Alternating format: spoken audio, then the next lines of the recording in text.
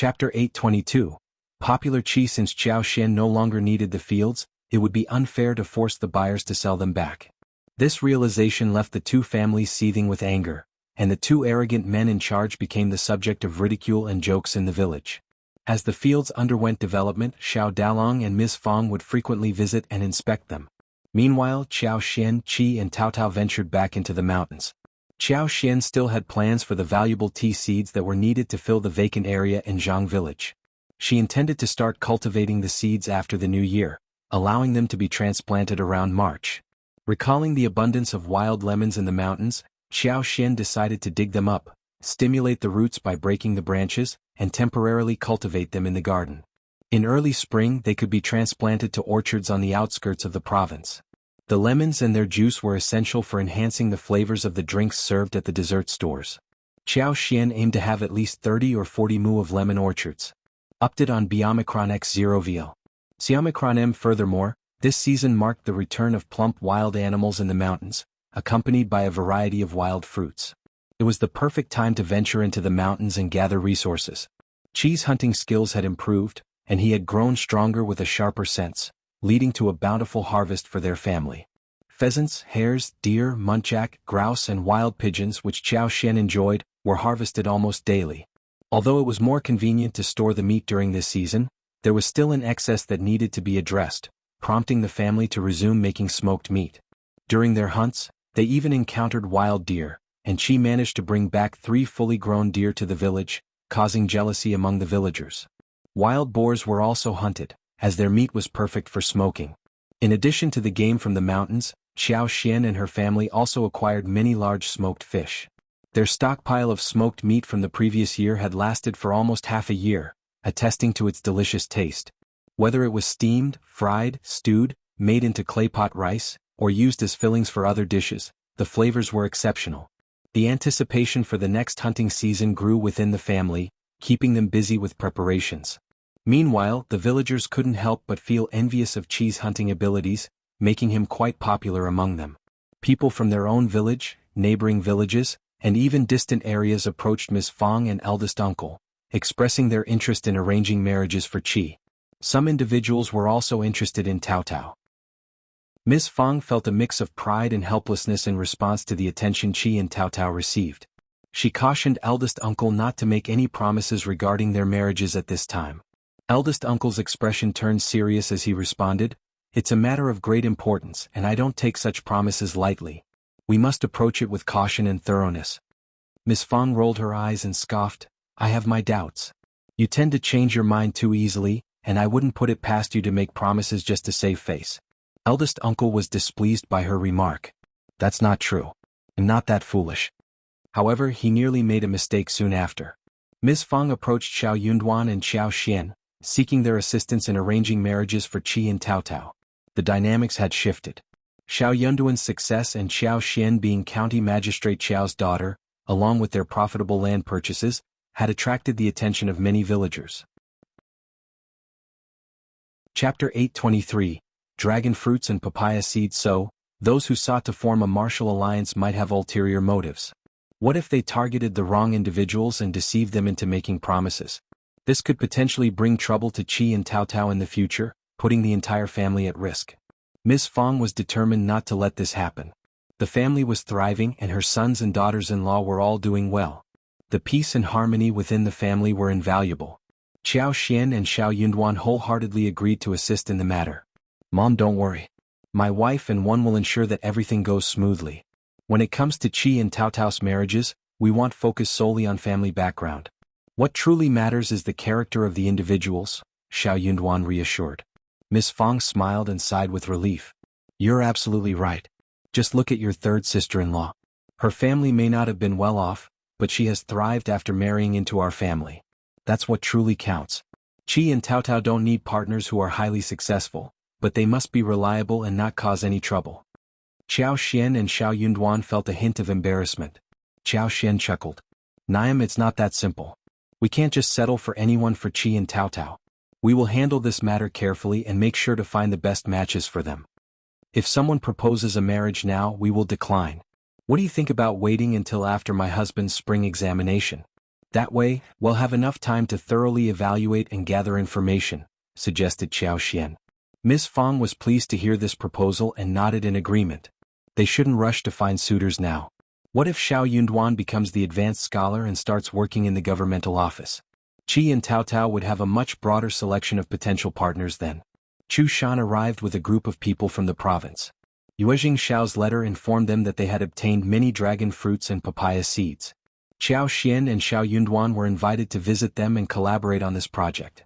Xiao Xian was delighted by the news and made up her mind to visit them. She intended to use her superpower to ensure the safekeeping of the seeds throughout the winter. Concerned for her safety, Shao Yunduan decided to accompany her on the journey. Xiao Xian carefully selected some distinctive fruits from the garden.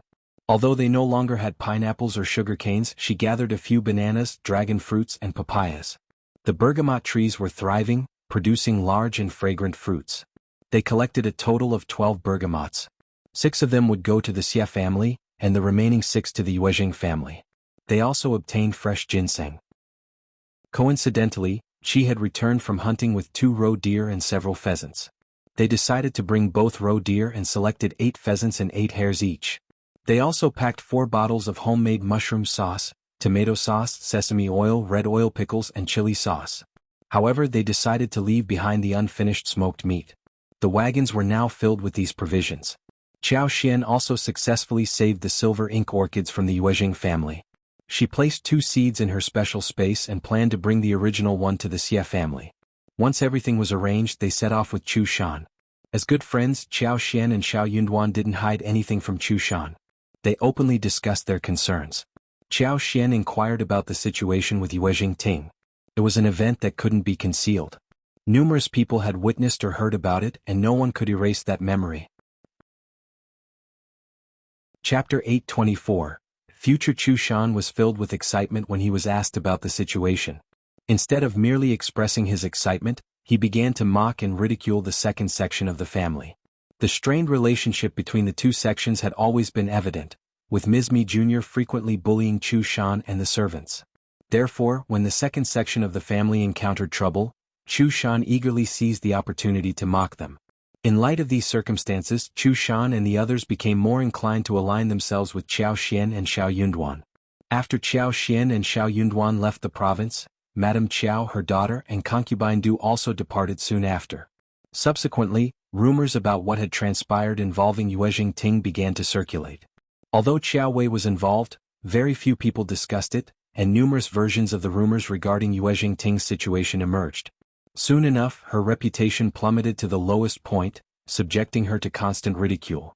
Even some troublemakers resorted to creating vulgar jokes at her expense. Yuezheng Ting and Ms.Mi Jr. withdrew from public life for several days, and the servants were well aware of the situation but dared not speak of it to them. The second old master, who had been out, returned home in a fit of anger and confronted Ms.Mi Jr. He lashed out at Yuezheng Ting, blaming Ms.Mi Jr. for her inability to raise their daughter properly. In his rage, he even slapped Yuezheng Ting across the face. The mother and daughter were taken aback and overwhelmed with distress upon learning about the situation. They couldn't comprehend what had transpired and demanded an explanation. The recent events had left a deep scar in Yuezheng Ting's life, resembling a haunting nightmare. The news she heard from her father only intensified her anguish. Overwhelmed by shame, she instantly blushed and sought solace in Ms.Mi Jr.'s comforting embrace, avoiding any contact with others. She couldn't fathom her future anymore. She knew she would never be able to join her friends at their homes or on trips. Those who held grudges against her would surely revel in her misfortune and mock her mercilessly. The weight of her disgrace left her unable to face anyone ever again. Thoughts raced through her mind. What would Brother Xia think of her? Would he believe she was an utterly frivolous girl? No, that couldn't be true. The idea of marrying Xie Jingrong seemed unbearable as the thought of being looked down upon by him filled her with misery. Ms.Mi Jr. experienced a mix of embarrassment, surprise, and fury, overwhelmed by the situation and its implications. Ms.Mi Jr. reached her breaking point, unable to tolerate the humiliation inflicted upon her by her own husband. Old Master, it must be the elder sister-in-law who orchestrated this scheme. The people from Lingyuan Temple vowed to keep the secret, and our servants are too afraid to speak up. It must be the elder sister-in-law's doing. She wants to humiliate us, to tarnish Ting's reputation. She must have paid people to spread the rumors. Old master, we implore you to help us. Ting is being bullied and her prospects for marriage are now ruined. Marrying someone? The second old master scoffed. I'll consider us lucky that she isn't engaged. Otherwise, we would have faced even more embarrassment when the engagement fell apart. Ms.Mi Jr. sobbed even harder, expressing her grievances. It has to be the elder sister-in-law's doing. Otherwise, why would the rumor single out Ting and not mention elder Miss Xiao, even though both are involved? It's clear as day. The elder sister-in-law has a close relationship with Xiao Xian, so they shield elder Miss Xiao from scrutiny. Infuriated, the second old master found himself believing Ms.Mi Jr.'s reasoning. It seemed logical to him given the circumstances. Chapter 825. Revenge. The couple approached Madame Yuezheng, seeking a fair resolution to their predicament. Upon hearing their plea, Madame Yuezheng was taken aback and nearly fainted. She couldn't believe what she had just witnessed. Overwhelmed with disappointment, she directed her anger towards Ms.Mi, questioning her abilities as a mother. She expressed concerns about Yuezheng Ting's future and expressed her disappointment in their actions. Ms.Mi Jr., feeling deeply wounded, covered her face and wept. Madame Yuezheng, I am to blame. But please, I beg you to take care of Ting and ensure justice for her. Madame Yuezheng's expression grew stern. She ordered, bring first Madame here. While Ms.Mi Jr. and her daughter might have been mistaken in their accusations, first Madame should not have taken actions to harm them. She was determined not to let that slide. As Madame Yuezheng spoke, she started to grasp the situation unfolding before her. She remained calm even as Ms.Mi Jr. glared at her and continued to accuse her.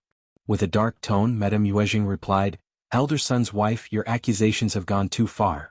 We are all part of the same family. By attempting to set me up, you tarnish our family's reputation. You are mistaken. First Madame responded quietly, Madame Yuezheng, do you have any evidence to support your claim? Accusing me without any grounds is highly improper, isn't it? Ms.Mi Jr. snapped, it's evident. You're seeking revenge on me. If you have a problem with me, come directly to me. Why involve Ting in your schemes? You certainly have a high opinion of yourself. First Madame sneered.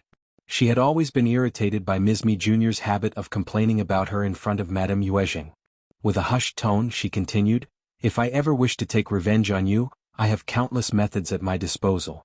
And rest assured, one would ensure that you never discover it was me. As far as First Madame was concerned, her granddaughter was still too young to be concerned about her reputation. Moreover, the first and second sections of the family were distinct entities. Madame Yuezheng, as you have stated, we are all part of the Yuezheng family. While I may not have a daughter, my sons may have daughters in the future. There is no benefit for me in engaging in such actions. Second sister-in-law, you assume I am responsible for all this, but do not make baseless assumptions. Show me the evidence.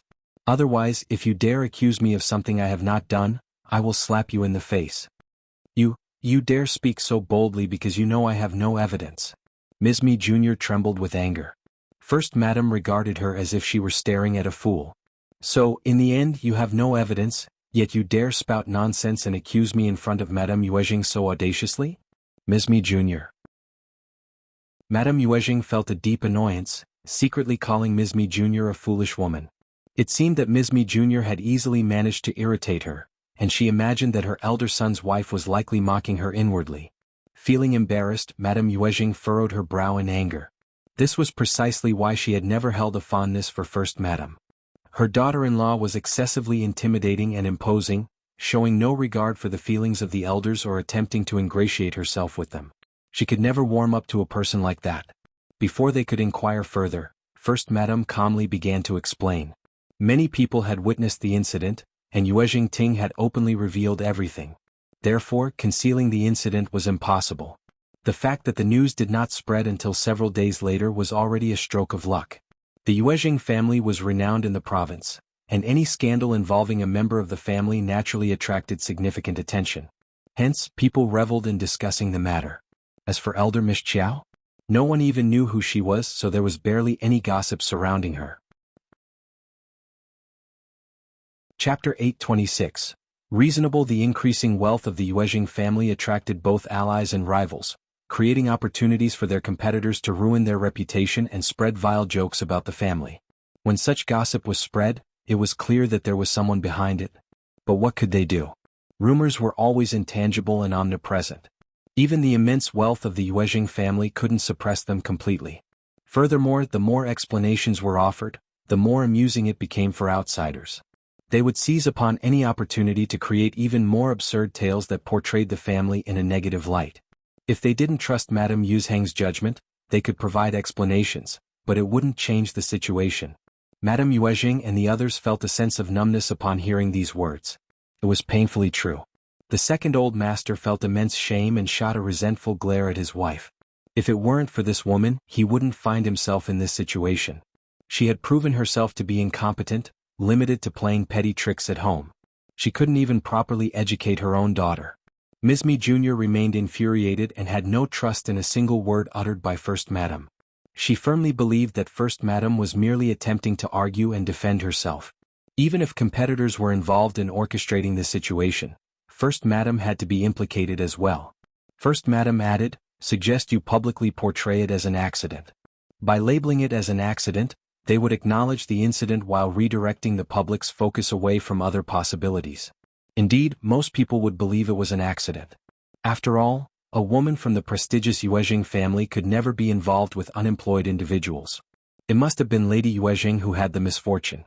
Nevertheless, her marriage prospects would undoubtedly be affected. True to form, Ms.Mi Jr. hastened to arrange potential marriage alliances for her daughter, hoping to prove that Yuezheng Ting still had promising suitors. However, those whom she had previously favored or disliked turned her down.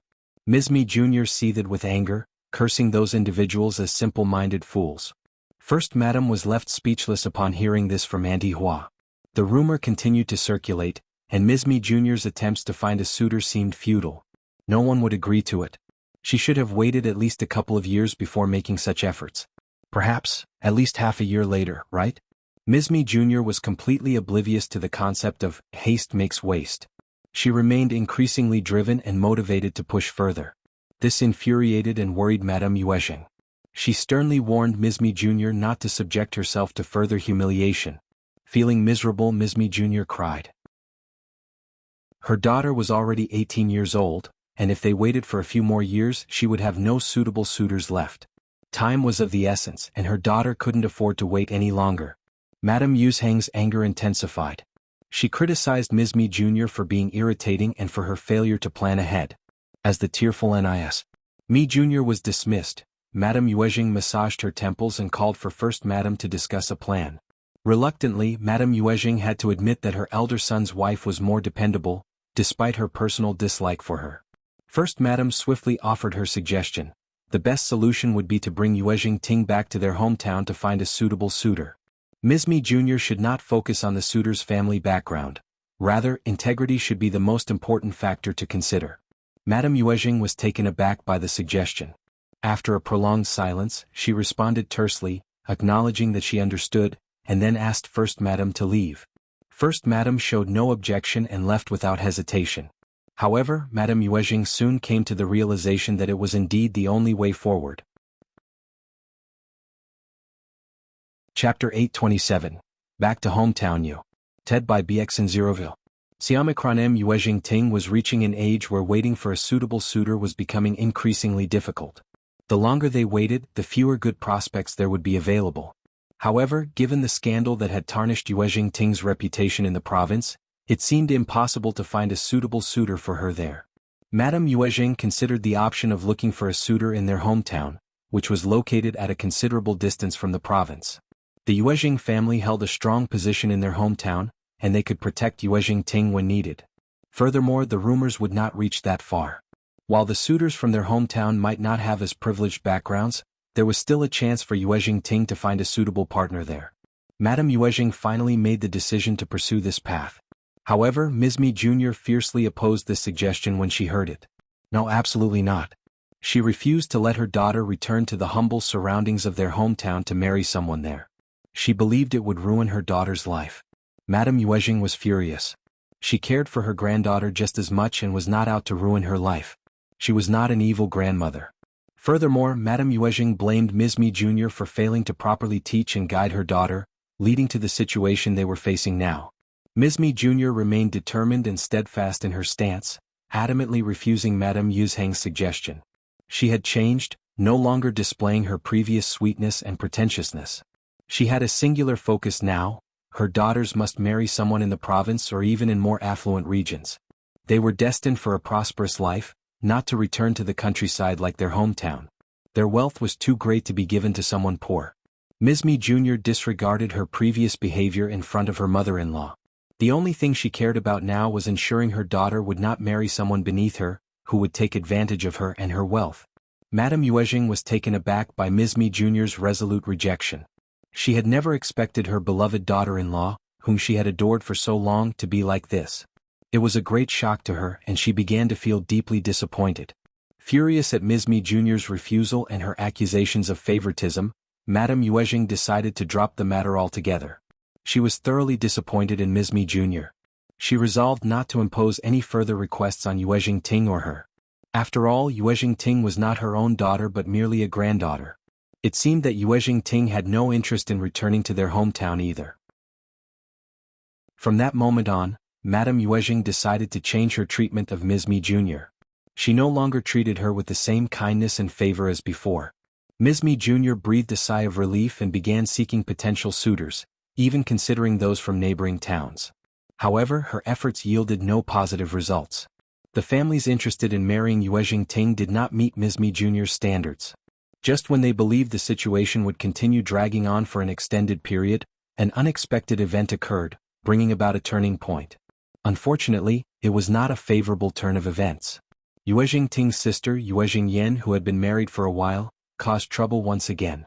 Yuezheng Yan's husband relied heavily on the Yuezheng family for his business, and their family enjoyed wealth and numerous properties. However, this dependence and Yuezheng Yan's growing arrogance created a rift between her and her husband, driving them further apart. Yuezheng Yan strongly opposed her husband, Qi Yun, having a concubine. Just 2 months into their marriage, she forcefully dismissed the maid who had slept with her husband. Not stopping there, Yuezheng Yan replaced the other attractive maids with plain-looking and clumsy ones. She was not concerned about mistreating the maids she had purchased, and she would punish them severely if they dared to cross any boundaries. Qi Yun, Yuezheng Yan's husband, struggled with her controlling behavior. Initially, his mother explained that Yuezheng Yan's actions stemmed from her care and desire to keep him close. Although Qi Yun did not appreciate it, he reluctantly accepted this explanation. Chapter 828, Yuezheng Ting's Sister Yu. Ted by BX0ville.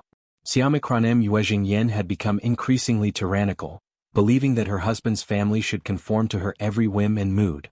Within just 6 months, she had managed to offend not only her husband's entire family but also their relatives. Despite their resentment, they dared not confront her due to her status as a member of the influential Yuezheng family.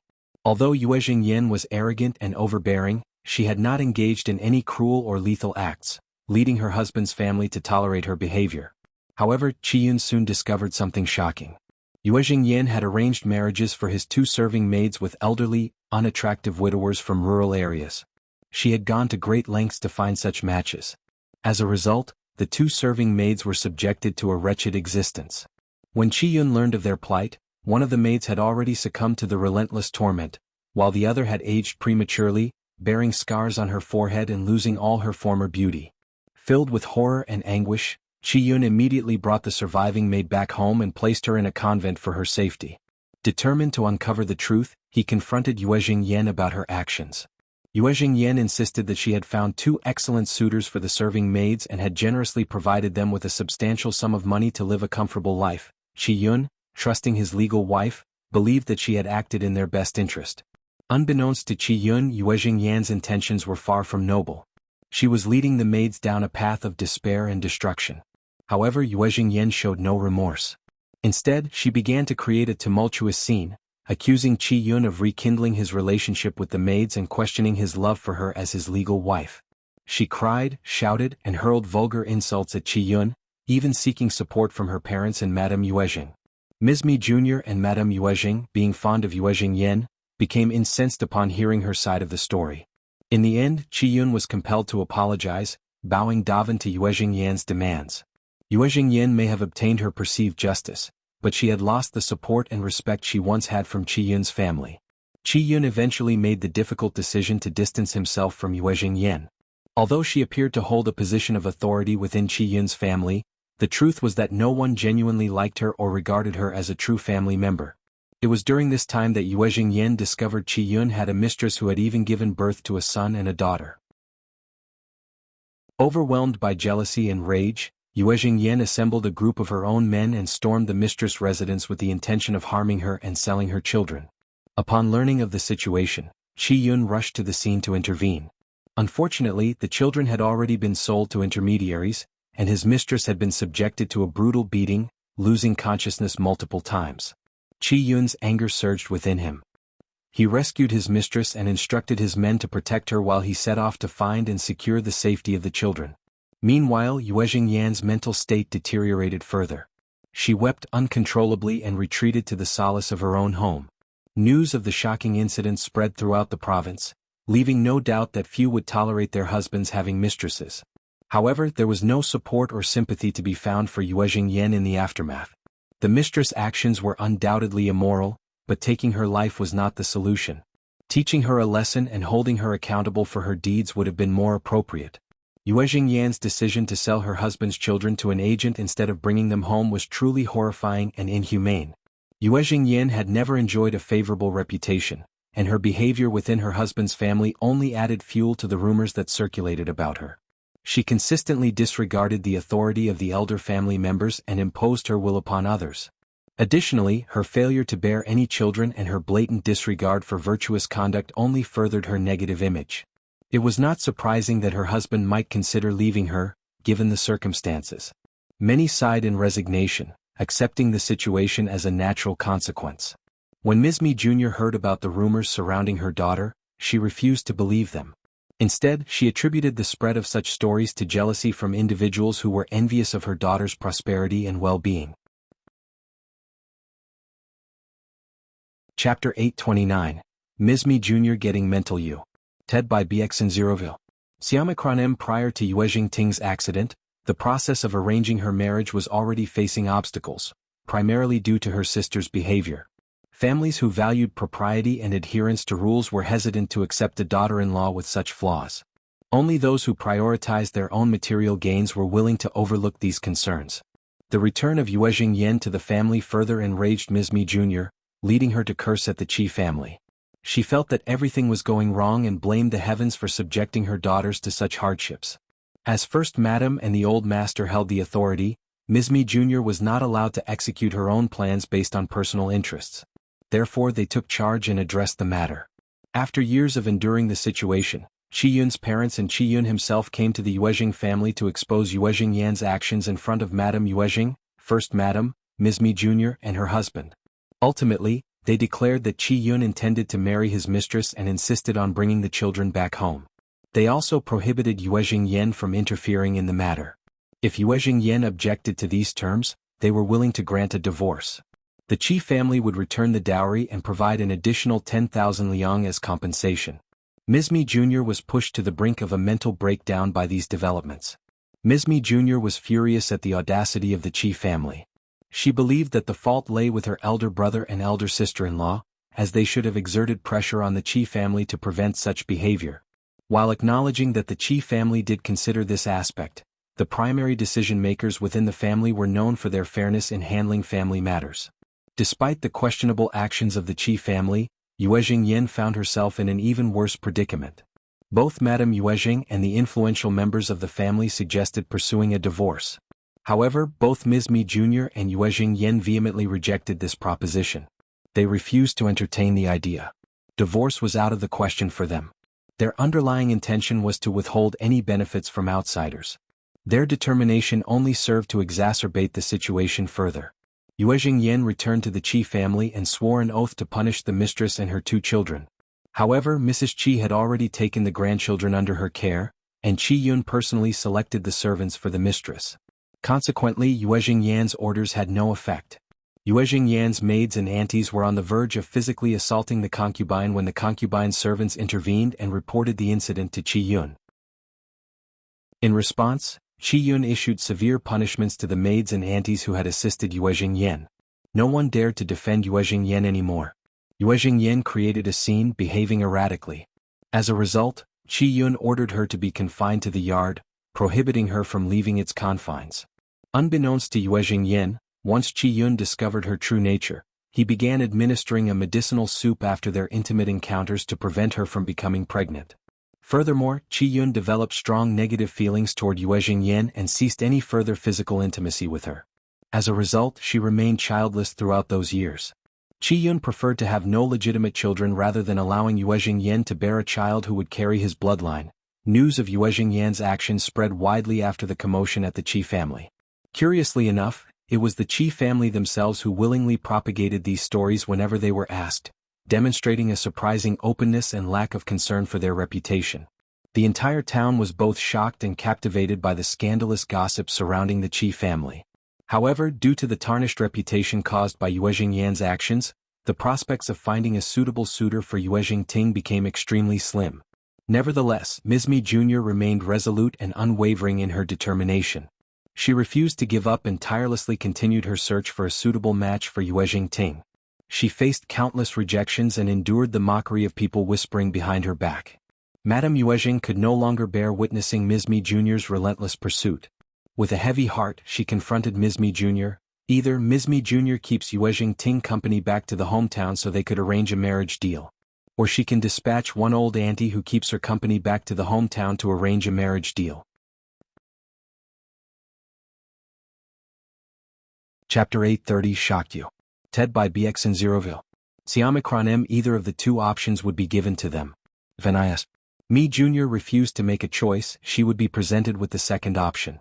Ms.Mi Jr. appeared completely possessed, displaying a strong resistance to accepting the proposal. Her rebellion provoked Madame Yuezheng to a great extent. In response, the second old master delivered a swift slap across Ms.Mi Jr.'s face, finally silencing her. Reluctant to let Yuezheng Ting return to her hometown alone, Ms.Mi Jr. decided to accompany her. Madame Yuezheng assigned her trusted auntie and a few female maids to approach the clan leader and select a suitable suitor, disregarding Ms.Mi Jr.'s input due to her consistent disapproval. If a decision couldn't be reached, a letter would be sent to Madame Yuezheng, who planned to teach Ms.Mi Jr. a valuable lesson. Upon discovering Ms.Mi Jr.'s true nature, Madame Yuezheng realized she had been deceived all these years. She lost any desire to defend and protect Ms.Mi Jr. The embarrassment and anger she felt when recalling the situation were overwhelming, as it meant she had foolishly placed her trust in a deceitful daughter-in-law for so long. Regardless of Ms.Mi Jr. and Yuezheng Ting's thoughts, they were compelled to leave the province discreetly. They had no intention of returning for at least 6 months. The Yuezheng family paid no heed to the rumors circulating in town, and with time, they faded away along with Ms.Mi Jr.'s presence. Xiaoxian and Shao Yunduan were left in shock upon hearing the story. It became evident that Ms.Mi Jr. was indeed an eccentric individual, and her daughter Yuezheng Ting was no different. The fact that both the mother and daughter were no longer in the province brought a sense of relief. There was no longer a need to be wary of their presence. Little did anyone know that Xiaoxian was the true instigator behind the events that transpired. However, it should be acknowledged that Yuezheng Ting had sparked the conflict initially. Xiaoxian's subsequent actions were merely a form of retaliation. It was a matter of tit for tat. Had Xiaoxian not possessed superpowers, she would have been the one facing harm. Yuezheng Ting would have shown no mercy towards her. Xiaoxian was merely returning the favor in kind. For Yuezheng Ting, it might have been disheartening to marry in her hometown. However, in the long run, it might not necessarily be a negative outcome for her. Living in the province would have led to her own downfall, similar to what happened to her sister. First, Madame couldn't help but feel a sense of happiness when Ms.Mi Jr. and her daughter disappeared from their sight. And her joy only increased upon receiving Xiaoxian's gift. So, first Madame invited Xiaoxian and Shao Yunduan to spend the night at the Yuezheng family's residence. Since their stay was short, there were no complications in their journey back home. Yuezheng Shao also extended the offer for them to stay. Xiaoxian and Shao Yunduan gladly accepted the invitation. The next day, Shao Yunduan accompanied Xiaoxian as they planted papayas and dragon fruits. Yuezheng Shao and Xie Jingrong joined them, eager to witness the process. They were astonished by the appearance of the dragon fruit seeds. Xiaoxian instructed the seeds to be sorted based on their size, as they exhibited various shapes and sizes. Carefully, they were planted in separate patches, ensuring proper spacing. Xiaoxian believed that some preparation could be done with the dragon fruit seeds before they were planted, unlike the papaya seeds that could be directly planted without any additional steps. Chapter 831, Fruit Seeds You. Ted by BX in Zeroville. Xiaomicron Chao Xian signaled the workers to follow the height markings she had drawn. The seeds were divided into sections, first 2, then 3, resulting in the growth of multiple trees. With the trees ready, they could be planted directly into the earth. Xie Jingrong and Yuezheng Shao were both astonished by this sight. Planting fruit seeds turned out to be much simpler than they had imagined. After providing instructions to the manager on what to do and where to plant the seeds, Xiao Xian and Xiao Yunduan didn't need to visit the land again until everything was completed. However, Xiao Xian made sure to use her superpower to strengthen the plants, ensuring their survival during the winter. Once everything was settled, they returned the orchid to Xie Jingrong. "We were fortunate enough to save the flower. We wouldn't take away something you cherished. Young Master Xie, you can have the flower back," Xiao Xian said casually, but Xie Jingrong was taken aback. Is this the orchid one gave to Brother Shao?"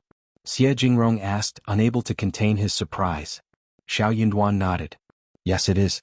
You recognized it, didn't you?" Xie Jingrong did recognize it, but he was too shocked to believe it. Thus he asked the obvious question. "Brother Shao and sister-in-law, you are simply incredible," Xie Jingrong exclaimed, filled with awe. He couldn't believe his eyes when he saw the living flower before him. Xie Jingrong had a deep love for orchids and possessed extensive knowledge about various precious varieties. He couldn't do anything to revive the dying flower, but he didn't want to discard it either. Thus, he entrusted it to Xiao Yunduan, who came from a family with thriving plants, hoping for a miracle.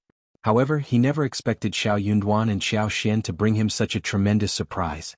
"Elle gave you the flower, so you should keep it," Xie Jingrong expressed his gratitude before politely declining their proposal. However, recalling the fact that the flower had been saved by the couple, Xie Jingrong couldn't help but feel puzzled. He couldn't remember what he had given them, especially when the flower had been rescued by their efforts. Xiao Yunduan turned to Xiao Xian with a smile, indicating that she should make the decision. Xiao Xian smiled back and said, "Young Master Xie, don't worry about it. I saved one bud from the orchid, and it will bloom when the weather turns warmer next year. So, you should keep the original flower after all. We didn't do much, just offered our help in whatever way we could. It might seem impressive to you because you're not an expert in this field," added Xiao Yunduan with a smile. "Brother Xie, please accept it just as my wife suggested." After contemplating for a moment, Xie Jingrong accepted the flower and said, "All right then, I'll accept it. Thank you so much, Brother Shao and sister-in-law. I will cherish this and take it back." With gratitude in his heart, Xie Jingrong decided, "Okay, I will take it back. Thank you so much for taking care of them." "That's wonderful." Everyone laughed, and a sense of harmony filled the air as the matter was resolved. Xie Jingrong smiled, his admiration for the couple in front of him growing stronger. He couldn't help but appreciate their thoughtfulness and selflessness. The couple fully understood the value of the orchid, knowing how exceptionally precious it was. If Xiao Yunduan had used this orchid to help Xie Jingrong secure a favorable outcome in the upcoming spring examination, it would undoubtedly provide him with a strong foundation for his future. However, they didn't choose that path. Instead, they returned the flower to Xie Jingrong. There were few individuals in the world who possessed the level of composure and emotional stability that this couple exhibited. It was a testament to their exceptional character. Chapter 832, Fruit Planting You. Ted by BX in Zeroville. Xiaomicron and among those rare individuals, finding a woman like Xiao Xian was even more extraordinary. Xie Jingrong felt a sense of admiration and gratitude towards the couple, so he presented them with a pot of green first-class orchids and a pot of Songmei orchids. These orchids were not only rare and valuable but also possessed breathtaking beauty. Xiao Yunduan and Xiao Xian graciously accepted the gifts, appreciating Xie Jingrong's kind gesture. 2 days later, the papayas and dragon fruits were successfully planted. They had managed to cultivate 30 mu of papayas and 50 mu of dragon fruits, which was half of what Xiao Xian had initially anticipated. However, they viewed this as an experimental phase and were willing to take things slowly. Surviving the upcoming winter was crucial. If they could endure and thrive during this season, it would pave the way for their success in the future. Xiao Xian had a plan to gradually expand their cultivation once they had proven their resilience. Failure to survive the winter would mean the end for their endeavors. Xiao Yunduan and Xiao Xian diligently inspected the plants, and Xiao Xian secretly utilized her superpower to enhance their growth. She carefully infused vitality and energy into the roots, akin to providing them with the best possible nourishment. However, Xianxia had her limitations when using her superpower. It drained her energy and maintaining secrecy proved to be challenging. The entire process consumed an entire afternoon. When they were finally finished, Xianxia let out a sigh of relief, feeling physically and mentally exhausted. She was grateful that her energy would replenish overnight, allowing her to continue her work the following day. Realizing that their efforts thus far were insufficient, Xianxia instructed the manager to refrain from stacking the prepared corn stalks and straw. She wanted to ensure that if a severe frost occurred, the straw could be burned to create dense smoke, providing warmth to the surrounding air and protecting the fruit seedlings. As the day grew colder, the fields required the additional coverage of straw to safeguard the delicate roots. 2 days before their departure, Xianxia decided to infuse more of her superpower into the plants. She planned to provide them with an extra boost of energy during their visit to the province a month before the new year when they would purchase supplies. By employing all available methods, Xianxia believed that the effects would prove to be favorable. After bidding farewell to First Madam Yuezheng Shao and Xie Jingrong, Xianxia and Shao Yunduan didn't spend much time in the province. Following the fruit and seed planting, they embarked on their journey back to the county. On their way to the village, they unexpectedly encountered Ms.Zhang, who had returned once again. Spotting Ms.Zhang from their cart, they momentarily doubted their eyes. However, Ms.Zhang sneered at them with a rigid expression and swiftly departed without saying a word.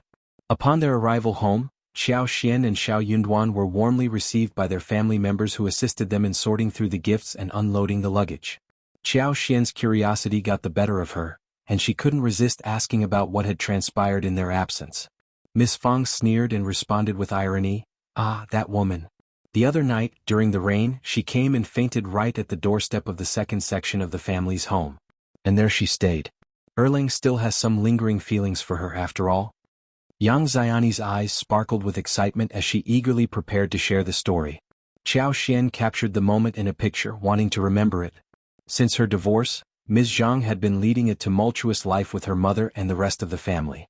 She was constantly sobbing, her eyes red with grief. She expressed longing for her children and husband, and she carried a heavy burden of guilt regarding her brother. Her days were filled with sorrow. Mrs. Zhang voiced her frustration, complaining that Ms. Zhang was utterly useless and that she never saw her wear a happy expression. Chapter 833, Ms. Zhang's Return You. TED by BX and Zeroville. Xiaomicronem Mrs. Zhang's annoyance with Ms. Zhang grew stronger, as she believed her daughter not only brought no benefits to the family but also caused her precious son to be beaten. Consequently, Ms. Zhang was cast out by the Shao family and forced to rely on her mother's support. Mrs. Zhang's frustration escalated, leading to verbal and physical abuse towards Ms.Zhang. She compelled her daughter to rise before daybreak and perform exhausting labor in the fields, while intentionally depriving her of sufficient food. Ms. Zhang received only half a bowl of rice and a bowl of rotten vegetables, devoid of salt and oil. She was constantly referred to as the useless woman and trash, who only consumed without contributing anything positive to the family. This treatment left Ms. Zhang feeling deeply saddened and burdened by guilt. She believed herself to be useless to her mother's family and accepted the curses and blame as her way of atoning for her perceived sins. Silently enduring the hardships, Ms. Zhang worked even harder, convinced that it was the only way to repay her sins and earn her mother's forgiveness. Unfortunately, her physical strength waned, and she soon fell ill due to exhaustion and hunger. Ms. Zhang held on to the hope that her illness would garner care, forgiveness, or at least a decent meal, considering the tremendous effort she had put into her work. However, Mrs. Zhang responded with even more furious curses and harsh disappointment, shattering Ms. Zhang's expectations. Mrs. Zhang directed her anger towards Ms. Zhang, accusing her of intentionally falling ill to avoid work and bringing misfortune to the family as a heartless and wicked woman. She withheld any concern, care, or food from her daughter, offering only disdain and hatred. These words pierced Ms. Zhang's heart like a sharp blade. Her hope crumbled, shattered by her mother's lack of compassion. Shocked and disheartened, Ms. Zhang's motivation to work hard diminished. She became less active in labor, frequently pausing and becoming lost in her thoughts. Tears would stream down her face as she cried silently. Mrs. Zhang, however, grew even more relentless in her treatment of Ms. Zhang.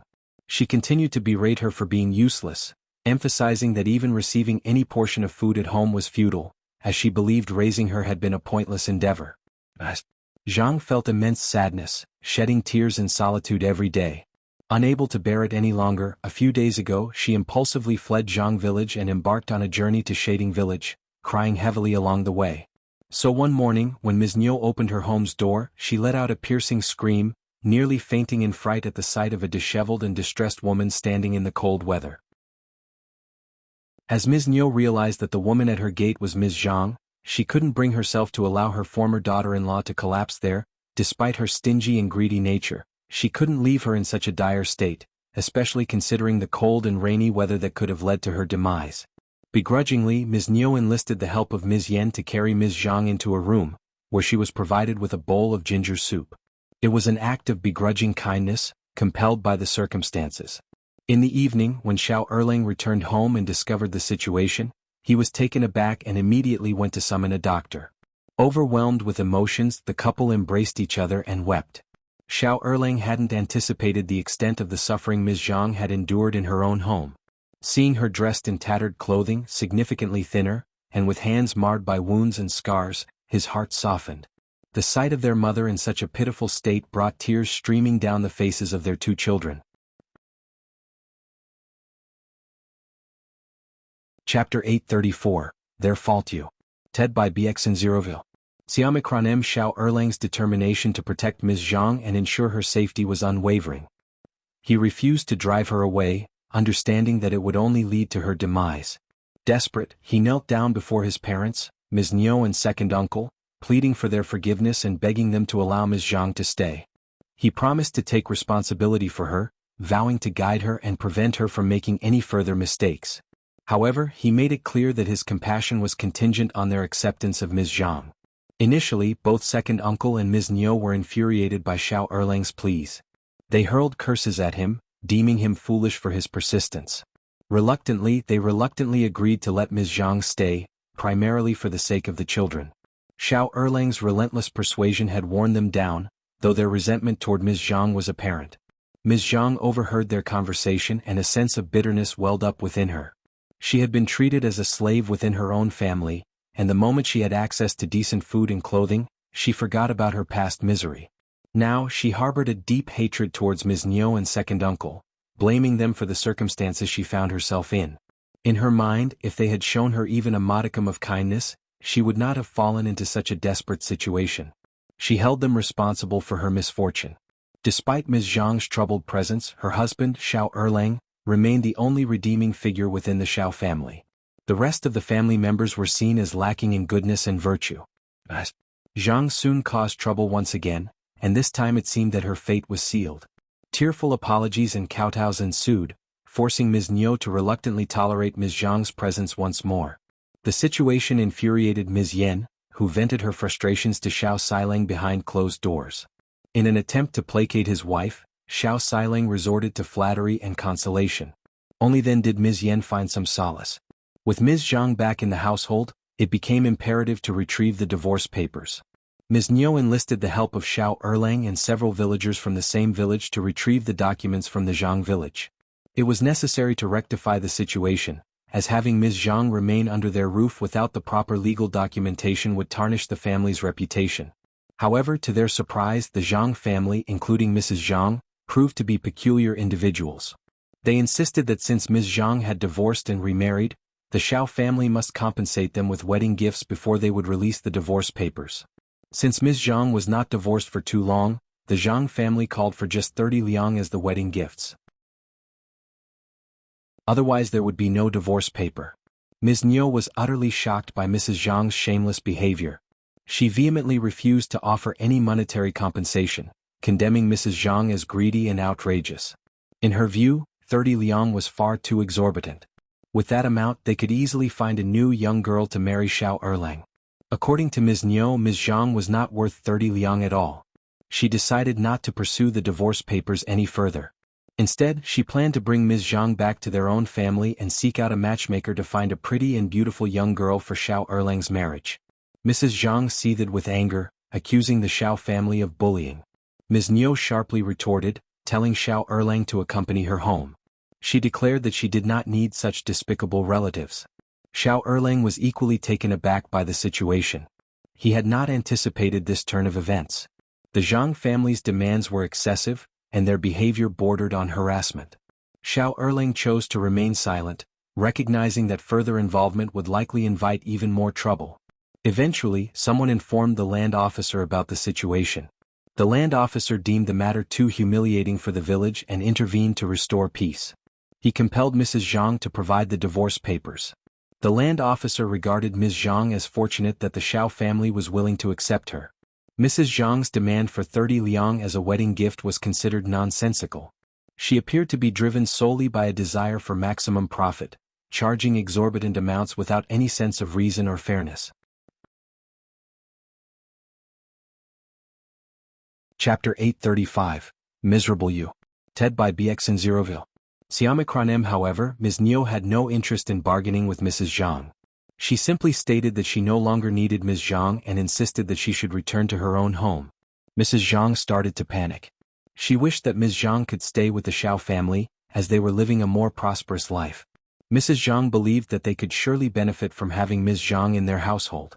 The intervention of the land officer forced Mrs. Zhang to concede. She had no choice but to offer the divorce papers. The chaotic situation finally came to an end.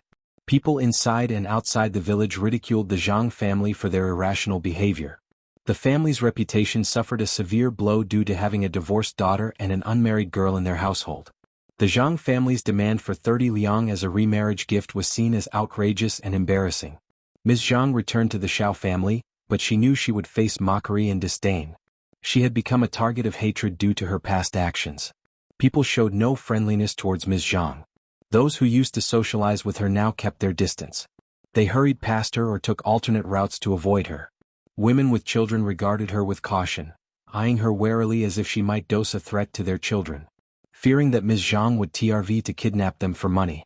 Ms. Zhang felt a deep sense of misery and bitterness mixed with anger. She resented those people who judged her without understanding the difficulties she had faced. She believed she had been driven to her actions.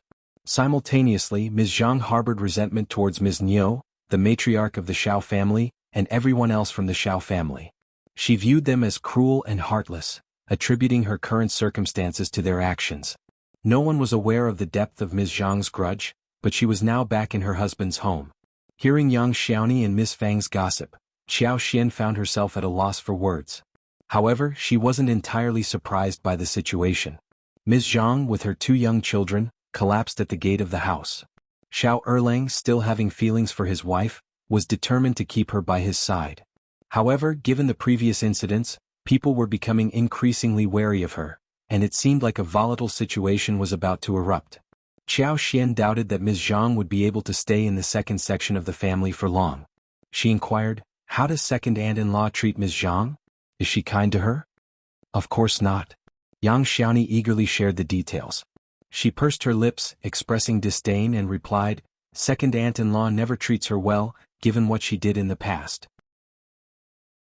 According to what the fourth sister-in-law told me, Ms. Zhang is not allowed to participate in any family matters. She is prohibited from entering the kitchen or being near the children. Second aunt-in-law watches her closely as if she were a thief. After breakfast, she is forced to work in the fields and is not allowed to return until lunchtime. The same continues in the afternoon, and she isn't allowed to come home until evening. They won't let her stay at home anyway, fearing she might come up with some strange ideas again. Chapter 836, Unpredictable You. Ted by BX in Zeroville. Xiamikronem Xiao Xian's heart raced with concern. It was understandable that Ms.Mi might feel anxious after the previous incident. However, her current behavior seemed excessive. Xiao Xian worried that Ms. Zhang could suffer mentally from such treatment. Although Ms. Zhang had been described as narrow-minded, dumb, and extreme, her potential actions remained unpredictable. Considering that Ms.Mi had agreed to take Ms. Zhang in, it was inappropriate to treat her this way. However, Ms.Mi was not enthusiastic about accepting Ms. Zhang in the first place. It was Shao Erlang who insisted, and Ms.Mi herself was not known for being open-minded. The situation was becoming increasingly chaotic, and the future appeared uncertain to all involved.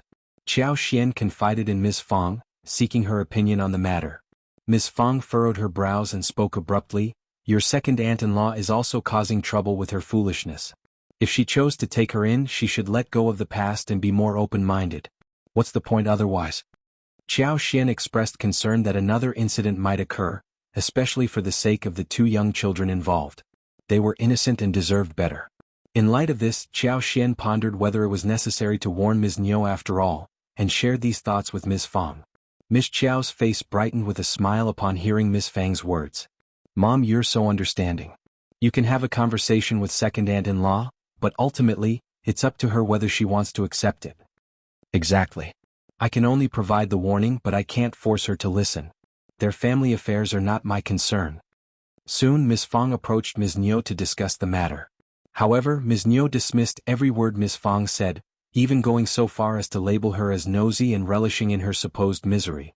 Treating Ms. Zhang better was out of the question for Ms. Nio. She believed that Ms. Fang's intentions were to ensure they didn't lead a good life. Ms. Fang grew increasingly frustrated by this response. She vented her frustrations at home, only ceasing when Xiao Xian and Yang Xiaoni tried to console her. The warning had been given but not accepted. Nevertheless, they no longer felt guilty about not passing on the message. They would be cautious to avoid becoming entangled in their misfortune. The first section of the family had a good relationship with Ms. Yan. So when Ms. Yan came to visit, Yang Xiaoni discreetly offered her some reminders to be prepared. However, there was no need to inform others about this. Ms. Yan was taken aback by the revelation. Ms. Yan also recognized that her mother-in-law's behavior was excessive. She had not anticipated the potential mental distress that Ms. Zhang might experience or the possibility of her engaging in further unpredictable actions. Nevertheless, the warning served as a reminder and left her feeling uneasy. Ms. Yan nodded in agreement and assured Xiao Xian that she was aware of the situation. Admittedly, Ms. Zhang had a peculiar temperament, and under the treatment she received from Ms. Nio, she could potentially cause trouble once again. Ms. Yan, however, wanted to avoid getting entangled in the situation. She questioned why she had to be involved in the first place. Subsequently, people's attention began to shift away from Ms. Zhang as a significant event unfolded in the village. A military recruitment order had been issued for Shaoding village. The Ding family and the Shao family were each required to send one person to join the army. Panic spread throughout the village as families with less than 2 sons became anxious. The realization that joining the army meant potential suffering and the risk of being killed in battle made everyone desperate to prevent their sons from being drafted. The only exceptions were families too impoverished to support their child or those who harbored dislike towards their own offspring.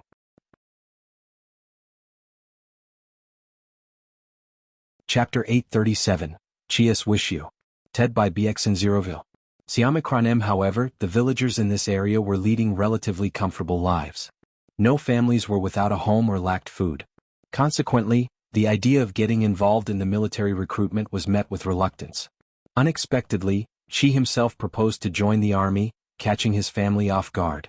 It happened right after they had enjoyed a delightful dinner prepared by Xiao Xian. Everyone was taken aback, thinking they must have misheard him. Qi reiterated his proposal, and Miss Fang immediately snapped at him, "You foolish child." She raised her hand as if to slap him, but the others intervened swiftly, preventing any harm. "Qi, don't be reckless. You can't speak of such matters so casually. Yes, we have more than enough food and clothing at home. Joining the army is extremely dangerous. Stay here with us. Going into battle as a soldier is terrifying. It's much safer to remain at home. You're still young and ignorant. Don't go, just stay with us. Listen carefully. This discussion must not leave this room or reach anyone else. I will not hesitate to deal with anyone who spreads this news." Only Xiao Xian and Xiao Yunduan remained silent, contemplating the situation. Qi felt deeply saddened by his family's reactions. He turned to Xiao Yunduan, his fifth brother, and asked with determination, "Do you also find me ridiculous? Do you object to my proposal?" "Don't speak to him. Of course he objects. Let's end this discussion now or I will beat you." Miss Fang became irritated once again, and she was about to physically harm Qi when the others intervened and stopped her. Through sobs, Miss Fang exclaimed, "You foolish boy. You're deliberately trying to anger me. We had just started to experience happiness in our lives and now this." Xiao Yunduan spoke in a gentle tone, "Mom, please don't worry. Dad, let me have a private conversation with Qi. We'll have a meaningful talk." Miss Fang and eldest uncle sighed with relief. Miss Fang nodded, saying, "Convince him to change his mind." "Don't worry, Mom." Xiao Yunduan led Qi away to the study in his own yard. Inside the study, Qi lowered his head, biting his lip, visibly distressed. Xiao Yunduan looked at Qi intently and let out a heartfelt sigh. Qi had grown taller and stronger. He was no longer a child. In another 2 or 3 years, Qi might even surpass his older brother in height and strength. Would he become stronger than him as well? Qi had already displayed impressive capabilities. He could hunt large animals with ease, displaying remarkable skill and agility. His sharp gaze and proficiency with the bow made him truly admirable. It was impossible for anyone to perceive him as just an ordinary teenager given his exceptional abilities. Xiao Yunduan honestly didn't believe that he should confine Qi indoors. Qi, not as eloquent as his fifth brother, scratched his head and turned to Xiao Yunduan. "Fifth brother, I can take care of myself. Please let me join the army." Xiao Yunduan asked, "Are you certain about this?" Qi nodded vigorously, his determination evident. Yes. I really want to join the army. You understand that joining the army is not a trivial matter. Once you're enlisted, there's no turning back. Deserters are beheaded.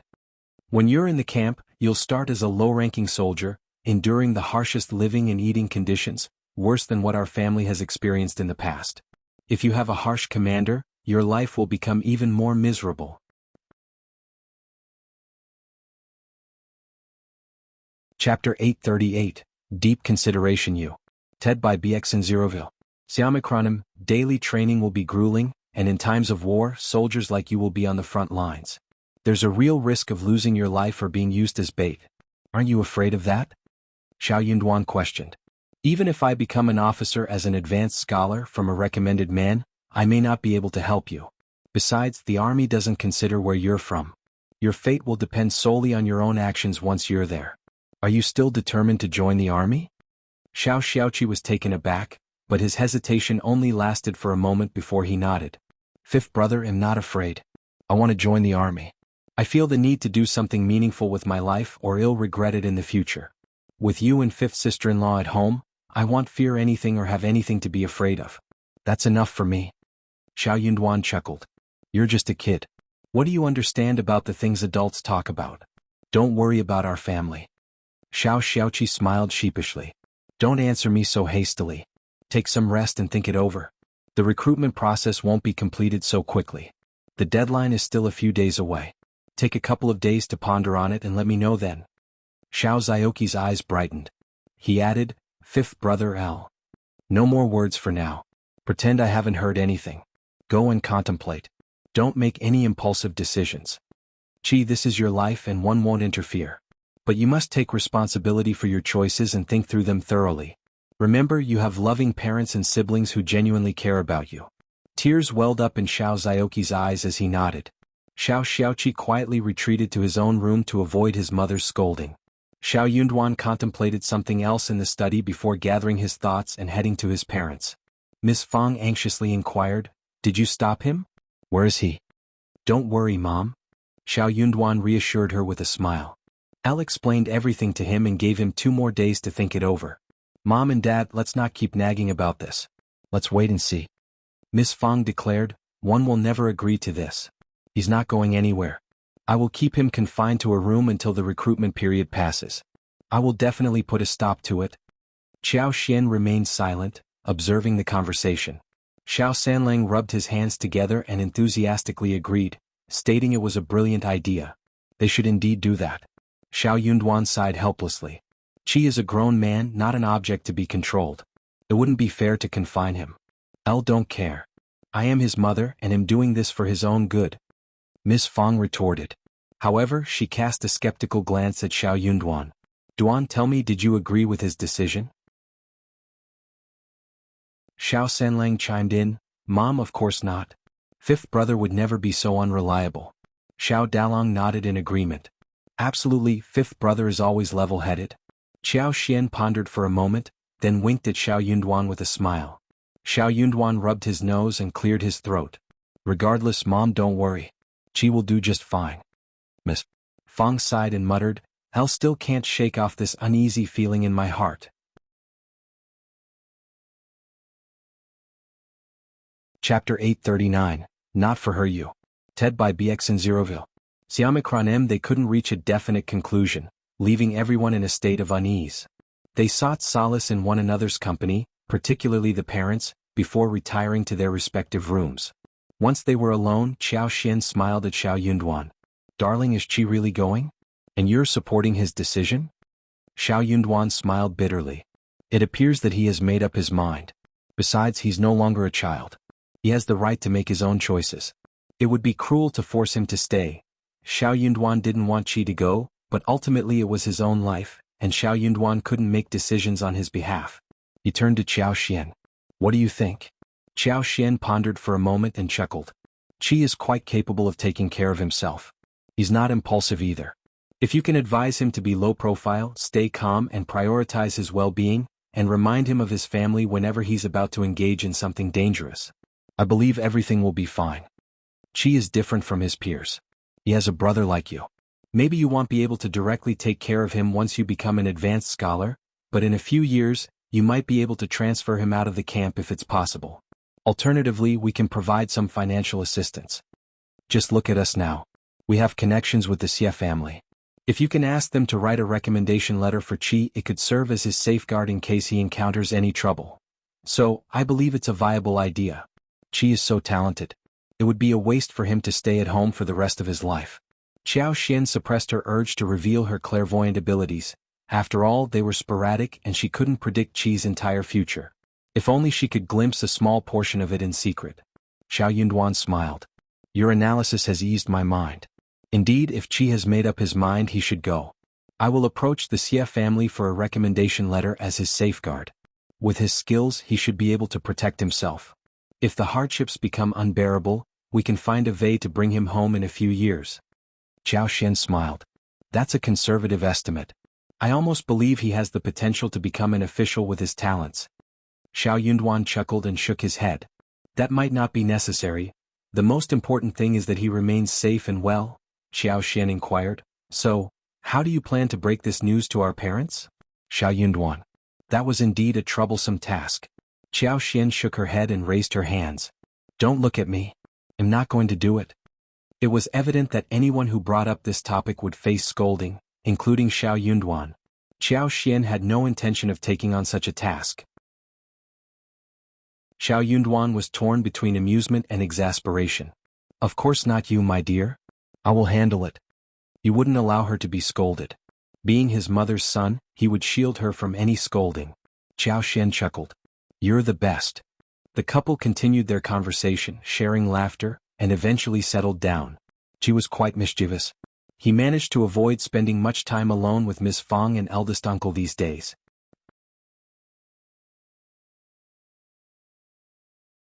Chapter 840, Getting Scolded You. TED by BX in Zeroville. Xiaomicronim. Despite agreeing to let Qi think for a couple more days, Miss Fang couldn't stop worrying about the situation. She wanted to have a serious conversation with Qi, urging him to think carefully. However, Qi managed to avoid her at all costs, which only increased Miss Fang's frustration. The mother's relentless pursuit was met with the son's constant evasion, creating a sort of guerrilla warfare between them. The rest of the family found the situation amusing but refrained from laughing, fearing it might escalate the tension.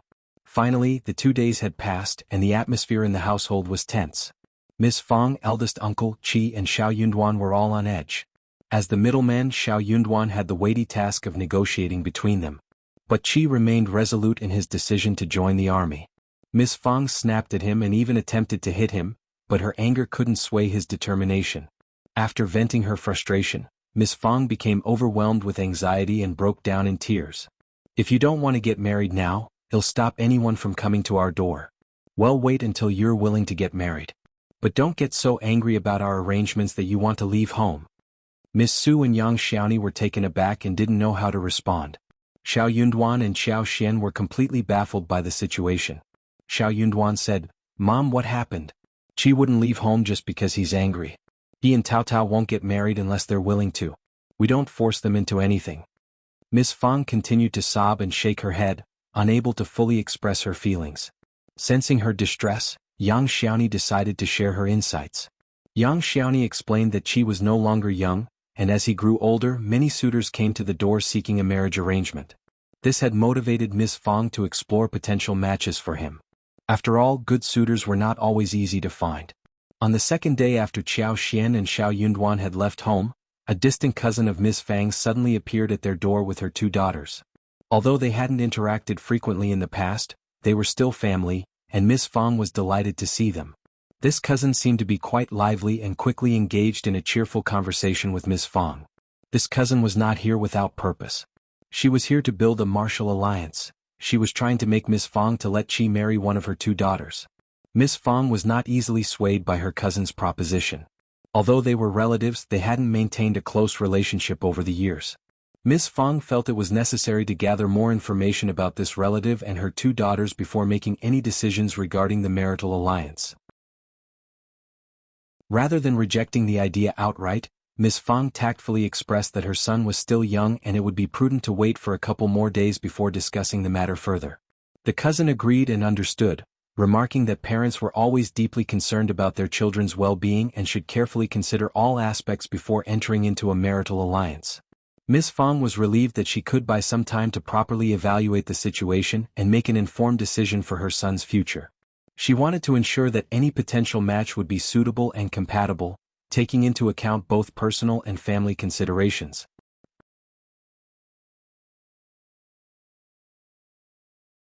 Chapter 841, Deep Night You. Ted by Xianxia. Xiaomicronim. After hearing that, Miss Fang felt a pang of guilt and realized that she had been too harsh with her cousin. It seemed that her cousin was actually quite reasonable and level-headed. The 2 nieces appeared to be quiet, gentle, and even attractive. Perhaps they could be a suitable choice after all. Fang was almost ready to make a decision. She decided to observe Qi's reaction first and see if he was open to accepting them, before finalizing any alliance. However, she soon discovered that her distant cousin was deceitful. She was scheming to manipulate her eldest daughter into seducing Qi, hoping to force the Shao family into marrying her daughter. As the girl entered the Shao family's luxurious home, she couldn't help but envy their wealth. The house was grand and well lit, and everyone in the Shao family was adorned with jade bracelets and silver ornaments. They enjoyed plentiful meals with meat, unlike her own family who often had to make do with simple grains and rice. This made her even more jealous. Feeling desperate when Miss Fang didn't readily approve of their proposal, the girl's mother came up with a terrible idea. Despite her nervousness, she gathered her courage and reluctantly agreed to the plan. Initially, their plan was to stage a fall, pretending to accidentally stumble into Qi's arms. However, they soon realized that this wouldn't be solid evidence to convince Miss Fang. She could easily deny it and cause a commotion. It was clear that Miss Fang had reservations about them, which made her unwilling to proceed.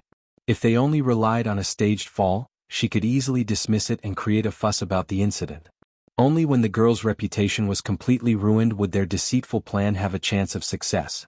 That evening after dinner, the girl made an excuse to retire early to her guest room. However, instead of sleeping, she sneaked into Qi's yard and eventually into his room. Qi had his own yard, and his room's door was left unlocked, even during the night. It was an easy task for the girl to enter unnoticed. Coincidentally, earlier in the day, Miss Fang had left Qi's blankets out in the sun to air but had forgotten to bring them back to his room. As Qi carried the blankets back to his bedroom, Miss Fang accompanied him, holding a lamp to light their way. Upon entering the room, they noticed a silhouette projected on the wall. At first they were startled, but they quickly regained their composure. Qi, known for his bravery and skill in handling crises, silently gestured to Miss Fang, urging her to stay calm. With careful steps, Qi approached and grasped the object responsible for the silhouette. The girl, caught off guard by Qi's presence, let out a scream of fright. Both Miss Fang and Qi were taken aback by the unexpected situation unfolding before them. Their shock intensified upon realizing the girl's late-night presence. What could she possibly be doing here at such a time? Soon, realization dawned upon Miss Fang, and a wave of embarrassment flushed over her. Qi, on the other hand, was instantly overcome with a mixture of anger and embarrassment. It became clear to both of them that this girl had deliberately snuck into an unmarried man's room and concealed herself in the corner with a specific motive in mind. Meanwhile, the cousin who had orchestrated this plan had been extremely anxious and completely focused on the task at hand. Although the Shao family had a sizable yard, it was not as expansive as those belonging to true noble and affluent families. Considering the proximity of the rooms, if a scream were to erupt, it would undoubtedly reach the ears of the other family members.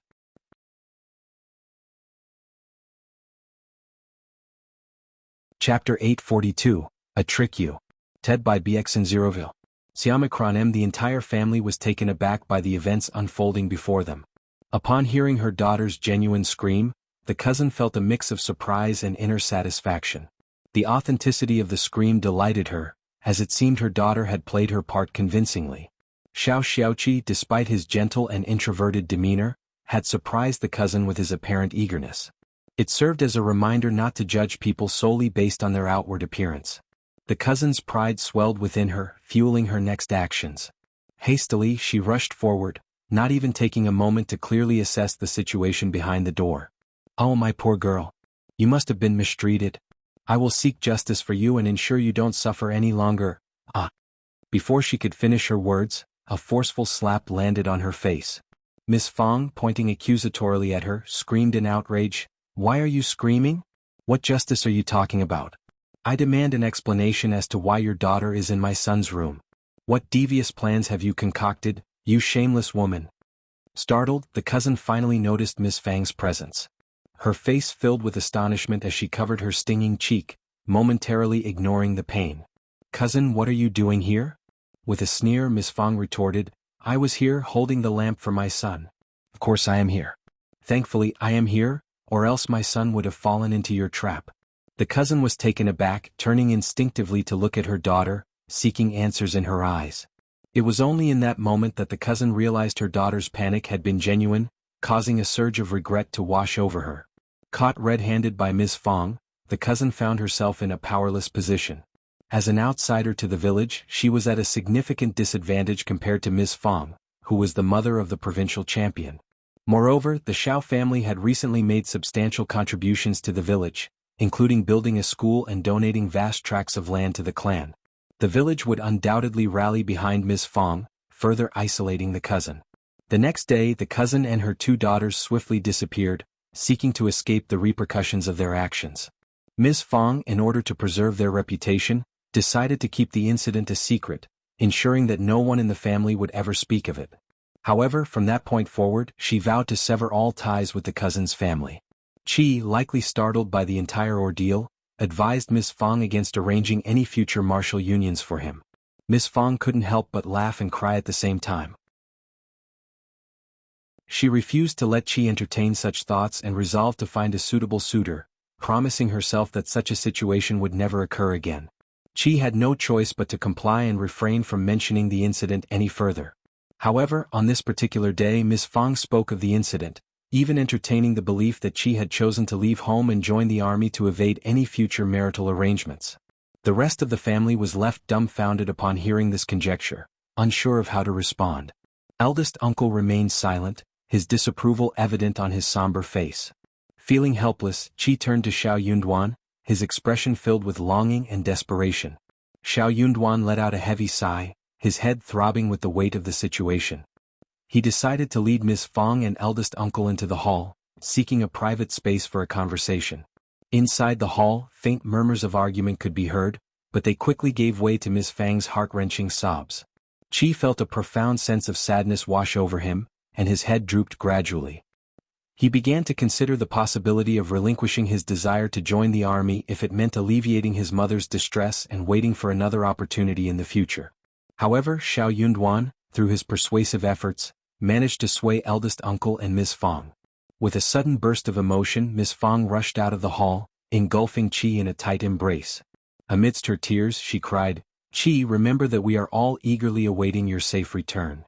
Take care of yourself and come back home unharmed."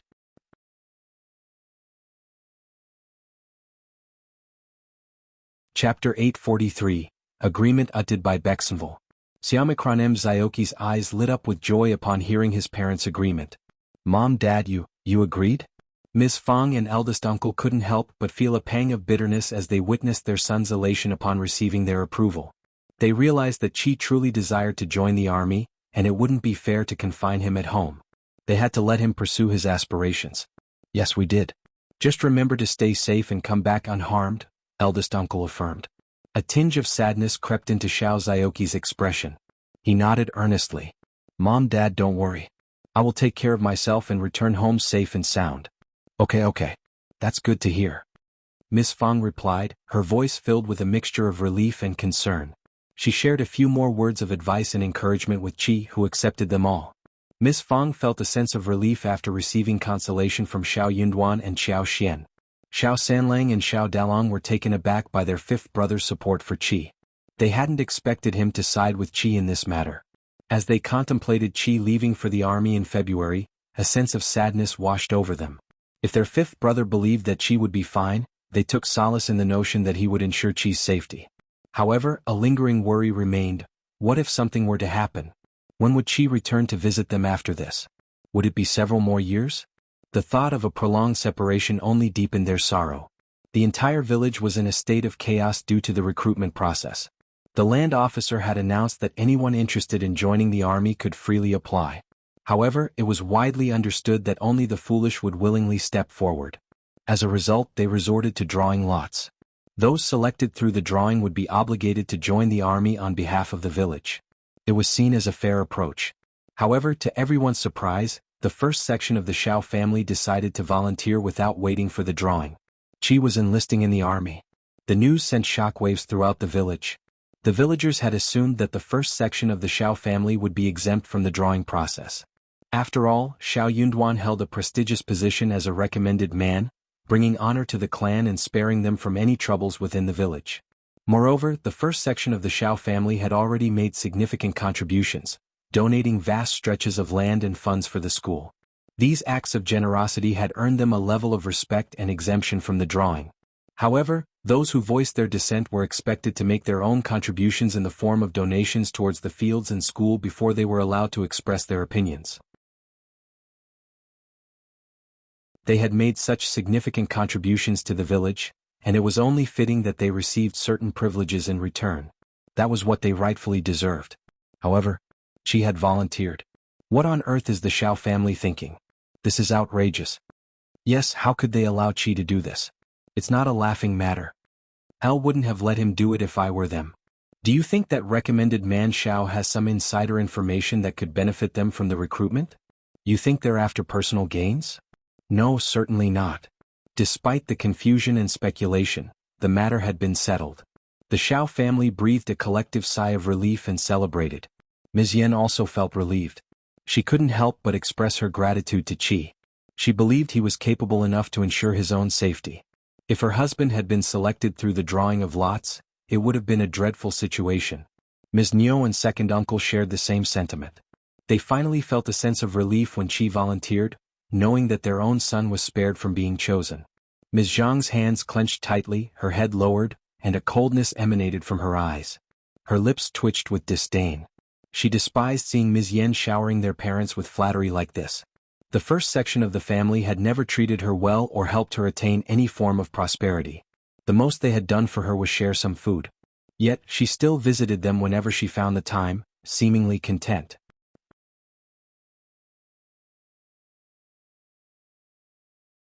Chapter 844. Settlement uttered by Bexenville. Xiaomicronem, shame on her. Shao Xiaoqi had decided to join the army? Something must be wrong with his head. The entire first section of the family was nothing but a bunch of fools. Well then, let him join the army and never return. Ms.Zhang cursed silently within herself.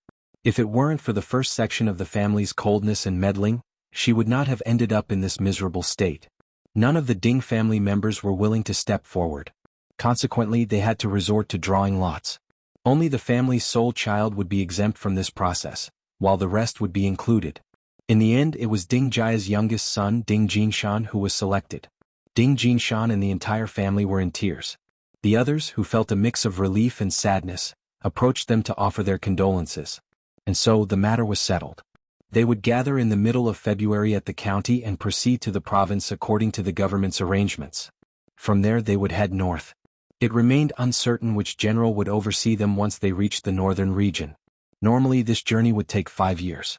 The next day, Ding Jiazhu and Ms. Yang visited the first section of the Shao family with their son. They believed that they were in the same situation and should foster a friendship together.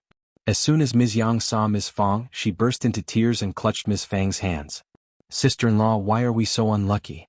Our poor child." Ms. Fang's expression changed and she became displeased. She withdrew her hands and forced a smile. "Stop crying. Our sons will be fine. Perhaps they will return as officials, bringing us great honor, right? Ms. Fang didn't actually expect Qi to become an official. She simply wanted her son to return home safely. But Ms. Yang's words seemed to carry a sense of bad luck, and she was trying to counteract that with her own optimistic remark. Ms. Yang realized that she had misspoken, feeling a bit embarrassed. However, her eyes suddenly brightened. She exclaimed, "Oh, you're right. Recommended man Shao is on his way to becoming an official, isn't he? He will take care of Qi, won't he? Let's ask him to take care of our son too. Jinshan, come and plead with recommended man Shao." Ding Jiezhu quickly grasped the opportunity and pushed his son forward, saying, "Yes, sister-in-law, we are all family. Please, recommended man Shao, you have to take care of us." Ms. Fang felt a sense of disgust rising within her. "Uncle Ding and Aunt Yang, you've misunderstood me. I still have the spring examination next year, and it's uncertain if I will even achieve the status of an advanced scholar. Even if I do, I won't be relocated to the north as an official. When they join the army, they must rely on themselves, practice diligently, and take good care of themselves. I won't be able to assist them." Ding Jiezhu wasn't entirely convinced. "Really? Then why did you allow Qi to join the army? You must believe it's a good opportunity." "Qi couldn't tolerate that. Uncle Ding, it was my own decision to seek a broader world." Ding Jiezhu responded curtly, still skeptical. "Seeking a broader world? What an excuse. This journey is fraught with danger." Ms. Yang chimed in, "Regardless, you two are the closest friends and family there. You must take care of each other. Qi, you have skills like archery. My son, on the other hand, is helpless, so you must watch over him."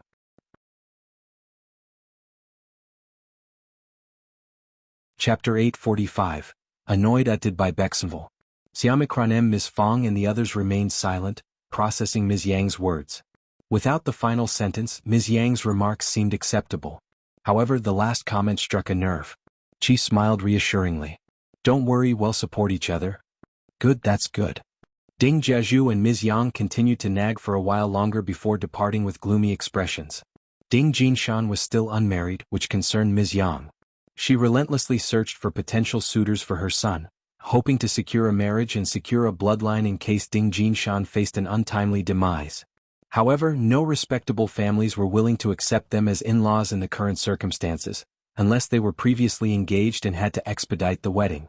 Ultimately, they had to spend a considerable amount of money to arrange a wedding with a modest girl during the New Year festivities.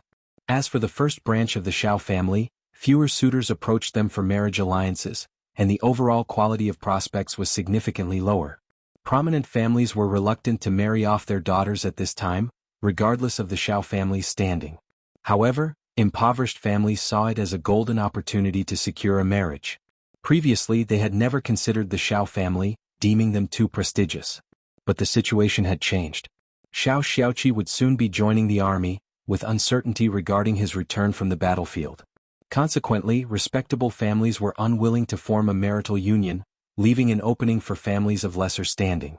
The Shao family grew increasingly anxious to find a suitable bride for Shao Xiaoqi, ensuring the continuation of their bloodline. Fang was infuriated.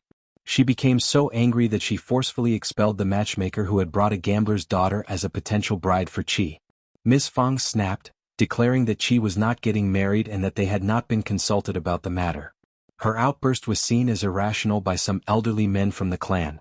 They suggested that if something were to happen to Qi, at least he could have a child to carry on the family line. Ms. Fang felt a pang in her heart, but eldest uncle found the suggestion reasonable.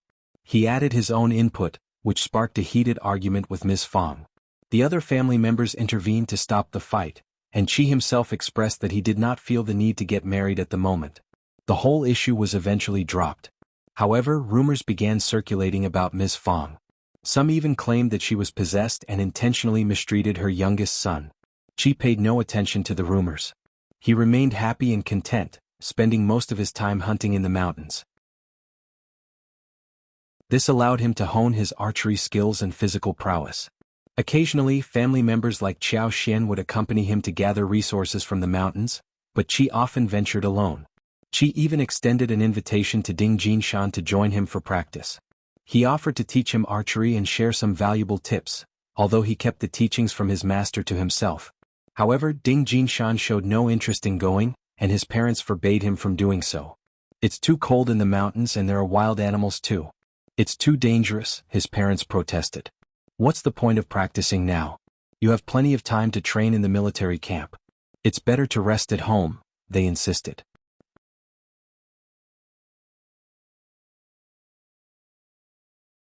Chapter 846, Grownup uttered by Bexenville. Xianxia was at a loss for words, unable to express his thoughts further. He had exerted great effort to assist Ding Jinshan, but it appeared that his fellow villager was resistant to his help. This distressed Qi as he realized that Ding Jinshan's negative attitude could cause problems once they arrived at the military camp. Qi felt a tinge of embarrassment, unsure of how to handle the situation.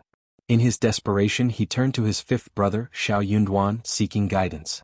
Shao Yunduan felt a sense of satisfaction, recognizing that Qi had matured and was no longer a child. However, instead of directly providing him with an answer, Shao Yunduan chose to steer Qi towards finding his own solution. He wanted Qi to think for himself and arrive at a decision independently. After some contemplation, Qi came to a conclusion. The following day Shao Yunduan spoke, "Once we are both at the military camp, one will take care of Ding Jinshan to the best of my abilities. One will talk to him and assist him as long as I can. However, I won't allow him to become a burden to me.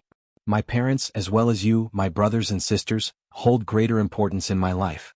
Ding Jinshan is merely a neighboring villager, and I will inform him of his responsibilities. If he chooses not to listen, then our relationship ends there." Shao Yunduan nodded approvingly, wearing a smile. "You're absolutely right. Do your best but leave the rest to fate. There will be no reason for you to feel regretful. I have entrusted Manager Qin with the task of writing a letter to young Master Xie, requesting him to lend us some military books. Read them and prepare yourself." Shao Xiaoqi felt a slight pang of surprise. He wasn't particularly fond of reading, but since this idea came from his fifth brother, he knew he had to support it. Reluctantly he nodded and said, "Fine. I will read the books and seek your guidance if I come across anything one don't understand."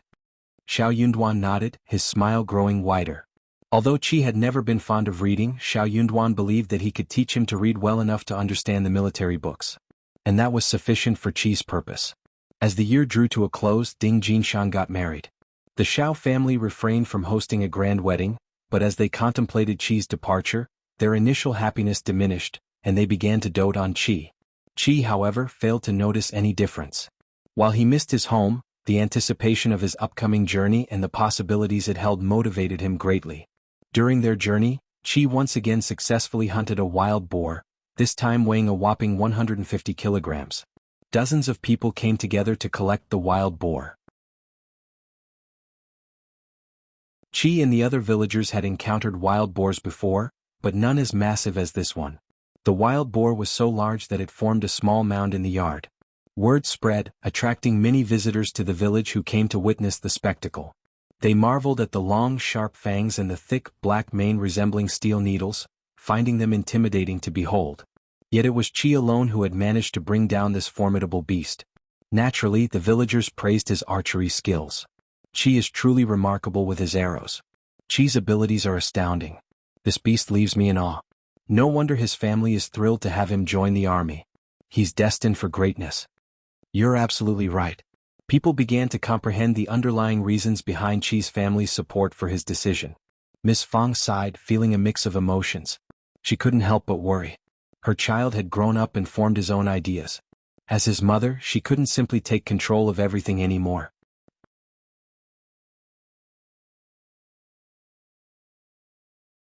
Chapter 847, Mute uttered by Bexenville. The most amusing aspect was that Ding Jinshan's family, upon witnessing the wild boar and Qi's consistent success in bringing home prey each year, found themselves reinvigorated with motivation. Ding Jinshan approached Qi, inviting him to accompany him on a mountain trip and beseeching him to impart his archery skills. Qi accepted the request. However, after merely 3 days, Ding Jinshan relinquished his pursuit. He lacked experience and struggled to locate any targets. When Qi spotted an animal and instructed him to shoot, Ding Jinshan lacked the strength to draw the bowstring. The substantial wild boar was shared among those who assisted in carrying it, as well as the second and third sections of the family. A generous portion was utilized to prepare a variety of dishes to be shared with the neighbors. Nevertheless, there remained over 100 kilograms of meat. Given the surplus smoked meat and sausages this year, there was no need to produce additional supplies. Instead, they could offer them as gifts during the New Year festivities, either before or after. Ms. Fang suggested to Ms. Su that they deliver the excess meat to her family as a gift. Fortunately, Ms. Su readily agreed. Consequently, the next day both Ms. Fang and Ms. Su returned to their respective families. Each family received 15 kilograms of wild boar meat, along with a few other items. The quantity was quite substantial. Having developed a strong bond and cooperation, the first section of the family in NIS. Yen decided to present Ms. Yan's family with 10 kilograms of the meat as a gift, as they maintained a good relationship and collaborated on various business ventures. After a brief discussion, Xiao decided to share some of the wild boar meat with manager Qin and Ding Erju from Zhang village. Later, she took a moment to scoop some shrimp from the pond after inspecting the fields at Zhang village. Xiao had no inclination to offer any gifts to the Qiao family. Likewise, Officer Qiao had no desire to receive any. Since Yang Xiaoni had severed ties with Yang Liang, she felt no obligation to bring any presents for the new year. Her focus was on having Shao Sanlang accompany her to visit her parents' tomb and pay respects. Someone happened to discover that the first section of the family had given Ms. Yen additional wild boar meat. This news left her feeling bitter and resentful. Attempting to embarrass Ms. Yen, she put on a fake smile and spoke about it openly. Ms. Yen was taken aback by the sudden revelation. Ms. Niu, equally surprised, inquired, "Ms. Yen, is your second sister-in-law telling the truth?" Ms. Yen, while inwardly sneering, openly admitted, "Yes, it's true. Elder aunt mentioned that my parents should also have a taste of it." "Fourth sister-in-law, you certainly have your admirers, don't you?" Ms. Zhang sneered. "Even our mother doesn't receive such honors." Ms. Yen responded quietly but firmly, "I'm not certain about that, but I often present Elder Aunt and her family with tofu, yubas and dried tofu. It seems that Elder Aunt feels the need to reciprocate." Ms. Zhang's words trailed off as Ms. Niu, who was on the verge of anger, fell silent. Indeed, Shao Xiling often brought home tofu and yuba from work, much to Ms. Niu's delight. However, Shao Xiling consistently emphasized that his in-laws insisted on sharing some with the first section of the family and some with the third section of the family. While Ms. Niu disliked the idea of sharing, she couldn't covertly claim them for herself when the Yen family emphasized the first section's entitlement. Ultimately, when she already received her share, Ms. Niu decided to let go of her argument. So when the Yen family received wild boar meat from the first section of the family and requested her daughter-in-law to bring it over, what else could she say? Could she prevent her daughter-in-law from fulfilling her duties? After all, it belonged to her in-laws. Ms. Yen didn't deliberately hide anything from her. Moreover, both of her sons were employed at the Yen family's workshop. While anger brewed within Ms. Niu, she glared at Ms. Zhang and retorted, "Focus on your own meal. You keep causing trouble without knowing the full story. What are you trying to achieve?"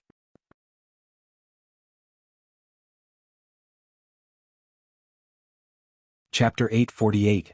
Ms. Zhang's plan uttered by Bexenville. Siamicronem. Ms. Zhang trembled with anger, her face flushed.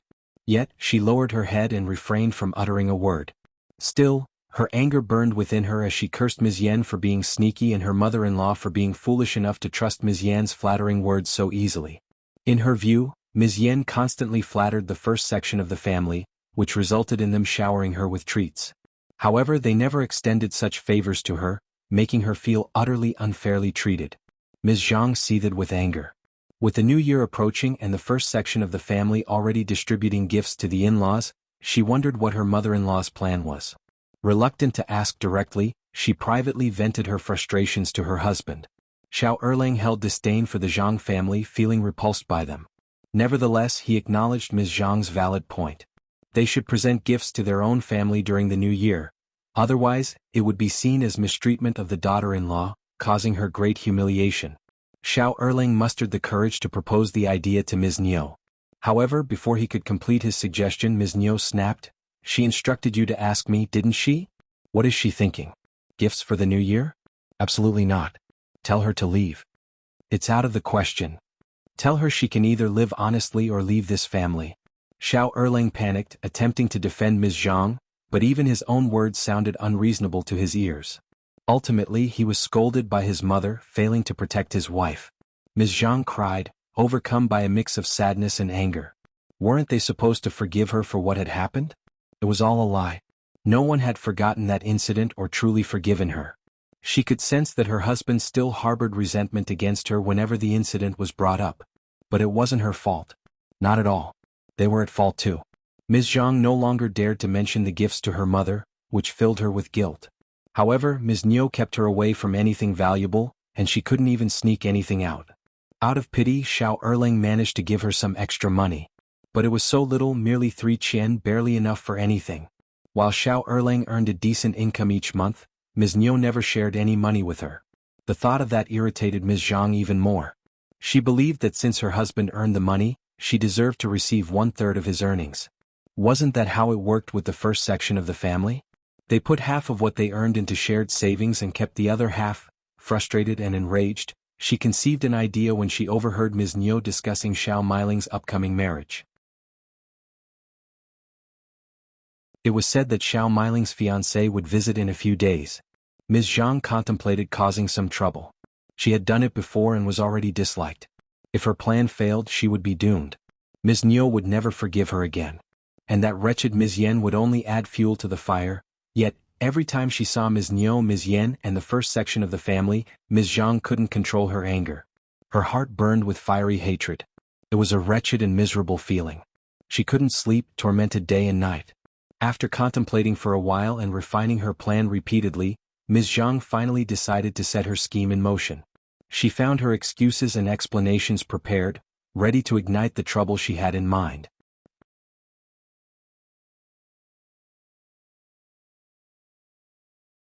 Chapter 849, Not Deserving Utted by Bexenville.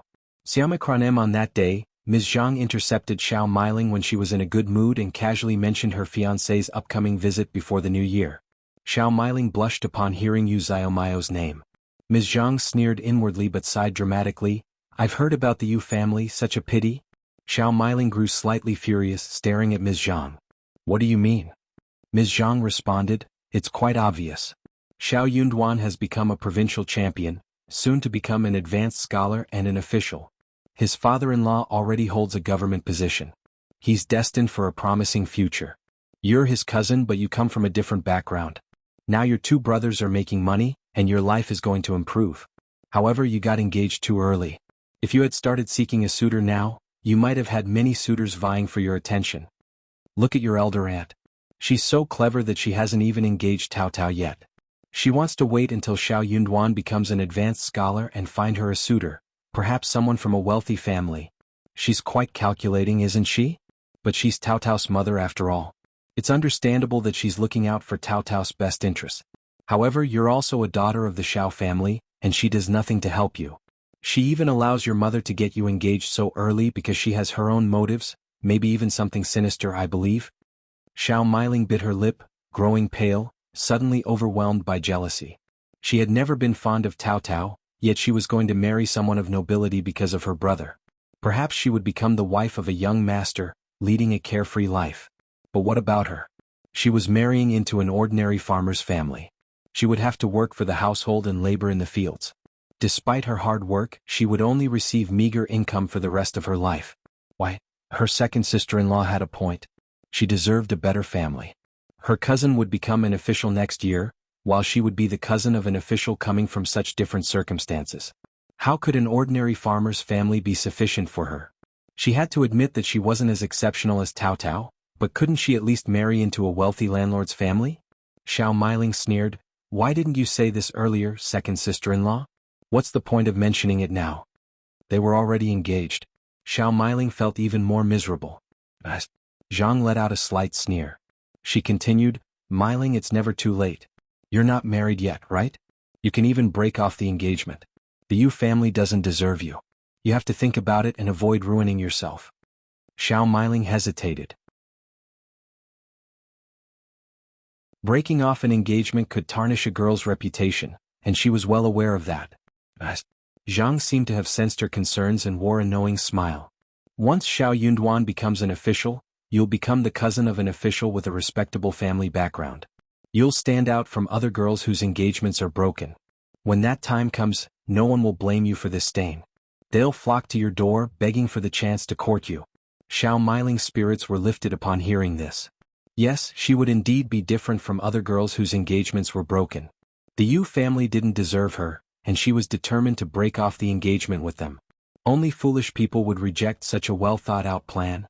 She refused to lead a life filled with humiliation and poverty.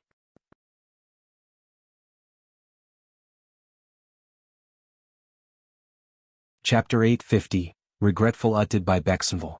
Xiaomicron translator. Hengyi translations. More importantly, she refused to live in the shadow of Shao Taotao for the rest of her life. She might not have the advantage of having an official brother like Shao Taotao, which was beyond her control. However, she couldn't accept being significantly inferior to Shao Taotao. Couldn't she at least enjoy the leftovers from Shao Taotao's rich meat soup? She simply couldn't settle for rough food when she had the chance for something better. Seeing Xiao Miling's apparent interest, Ms.Zhang felt a sense of satisfaction. She continued to flatter Xiao Miling, who slowly began to believe that she truly deserved someone better. However, Ms.Zhang soon urged Xiao Miling to keep their conversation a secret. "You know, I've made some foolish mistakes in the past and my mother-in-law despises me. If she finds out that I shared this solution with you, she would reject it no matter what. It wouldn't be in your best interest, would it?" Xiao Miling instantly gave Ms. Zhang a disdainful look upon hearing her confession. She snorted. "Of course not. I want nothing to do with you." Being associated with Ms. Zhang would only bring her misfortune. Ms. Zhang felt a surge of annoyance, but she quickly forced an embarrassed smile. "You're right, sister. That's how it should be. I understand." Ms. Zhang sneered inwardly. The Yu family would certainly not break off the engagement.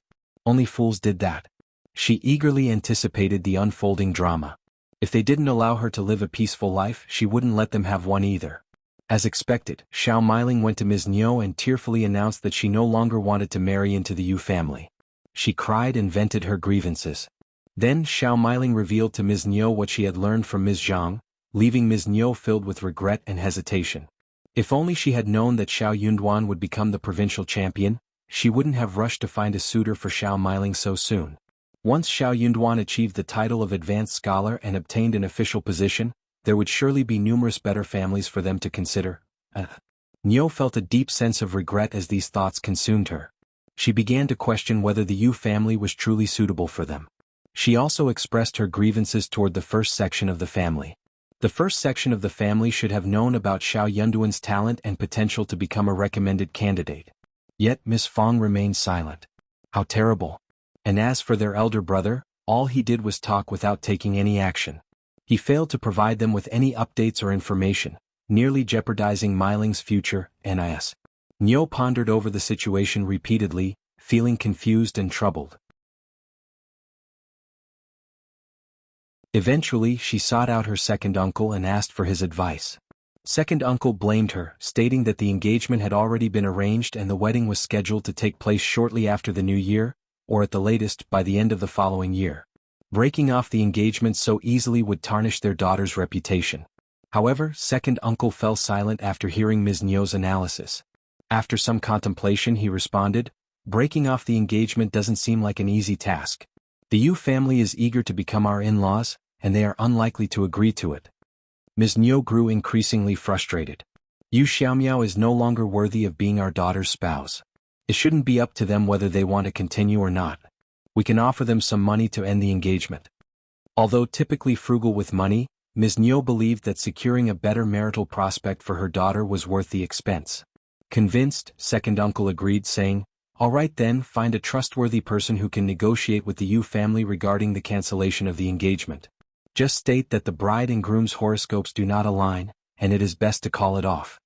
"That sounds reasonable. And what about the money?" Second uncle hesitated when it came to reimbursing the money they had received. "How about 5 liang? Or perhaps 10? No, 8 liang should suffice."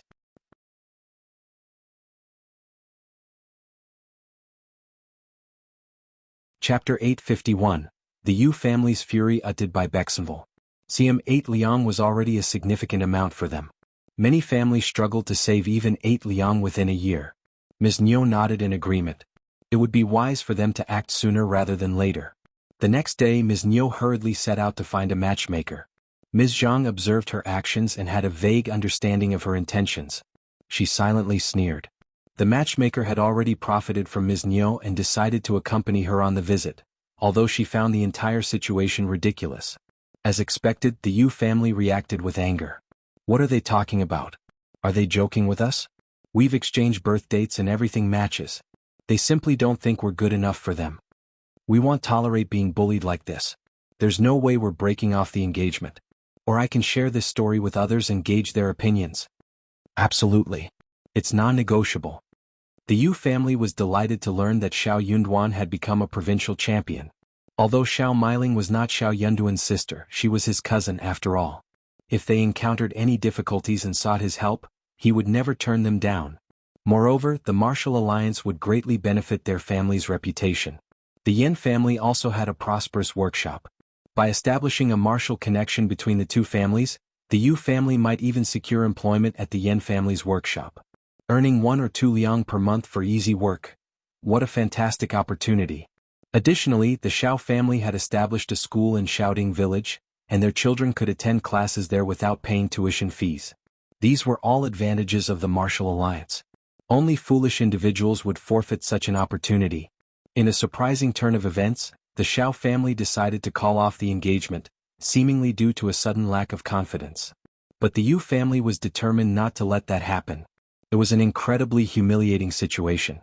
The matchmaker, recognizing the unreasonableness of the Yu family, quietly slipped away instead of engaging in an argument. Blamed and scolded by the Yu family, the matchmaker felt irritated. When passing on the message to Ms.Mi, she added some inflammatory remarks, further fueling the fire. Ms.Mi was also seething with anger. She slammed her hand on the table and cursed, "What a foolish family. Unreasonable people. We will never marry Miling into their household. She would only suffer. We refuse to proceed." Ms.Mi appeared to have found a justifiable excuse to continue with her decision. Taking matters into her own hands, she personally went to the Yu family. Ms.Mi hurled vulgar words at them. Even when she offered to repay them with 10 liang, they engaged in a heated argument that eventually led to a complete dissolution of the engagement. The Yu family was the aggrieved party, but they feared that if Ms.Mi sought help from the esteemed Shao, they would be powerless to intervene. To gain sympathy and support, they shared their ordeal with others. The Shao family's arrogance knew no bounds. Such bullying was unprecedented in their eyes. After they had already exchanged birth dates, they suddenly decided to call off the engagement? The news of this development quickly spread throughout Shaoding village, reaching every household. Miss Fang expressed her disbelief, cursing, "What has gotten into these two? How could they act so unethically? They don't seem to care about the reputation of either the Yu family or their own daughter." Qiao Xian let out a sigh, sharing the sentiment. No respectable family would be willing to establish a marital connection with them now, given their reputation for snobbishness. Even if there were wealthy families interested in marrying Xiao Miling, she might end up as a concubine or face bullying after the marriage, considering the circumstances.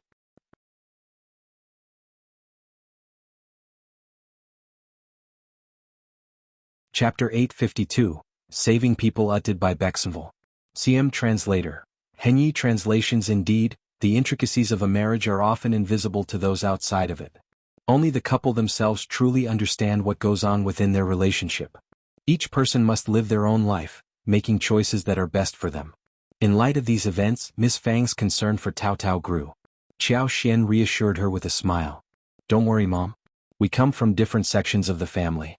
If anyone assumes we are the same, we don't need to consider such a suitor. Trust me, Taotao will surely marry a good man." Miss Fang found some solace in these words. However, Ms.Mi did not anticipate that the Yu family would spread the news, causing her immense anger. She vented her frustration through vehement curses at home. Xiao Miling was consumed by anger, constantly shedding tears within the confines of her home. Ms.Mi and second uncle sought help from Miss Fang and elder uncle. "Brother, sister-in-law, you must help us." Ms.Mi's tearful plea only fueled Miss Fang's fury. "What right do you have to cry? This is all your own fault. If you didn't want to go through with the marriage, you shouldn't have arranged it in the first place. No one forced you into this. You exchanged birth dates and even set a wedding date. And now you break it off? It's highly unethical. The Yu family is a good family that has been humiliated. Of course they are upset. Wouldn't you be upset in their position? Elle didn't want to. But it's all your fault." Ms.Mi snapped at Miss Fang. "If you had informed us that Yunduan would achieve such success, we wouldn't have arranged a marriage for Miling. But you purposely concealed the truth, and you don't even want Taotao to find a suitor. You must have done that intentionally." You. Ms. Fang was infuriated by these accusations. Whether Yunduan would become a recommended man was uncertain for everyone. What nonsense are you spouting? It's utterly ridiculous. And I haven't found a suitor for Taotao because I don't think she should get married right now. How is that even relevant? Any more nonsense like this and he'll slap it right across your face.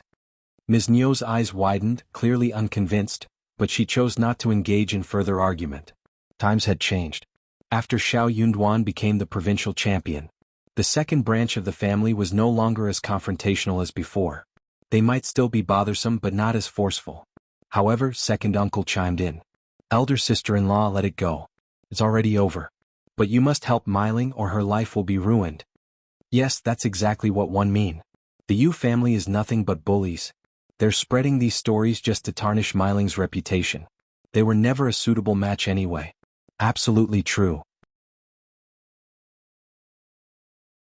Seeing the couple agree with each other in a reasonable manner, Miss Fang was too exhausted to make any further complaints. The room fell into a heavy silence. Even eldest uncle, who had always held his brothers in high regard, was visibly flushed with anger.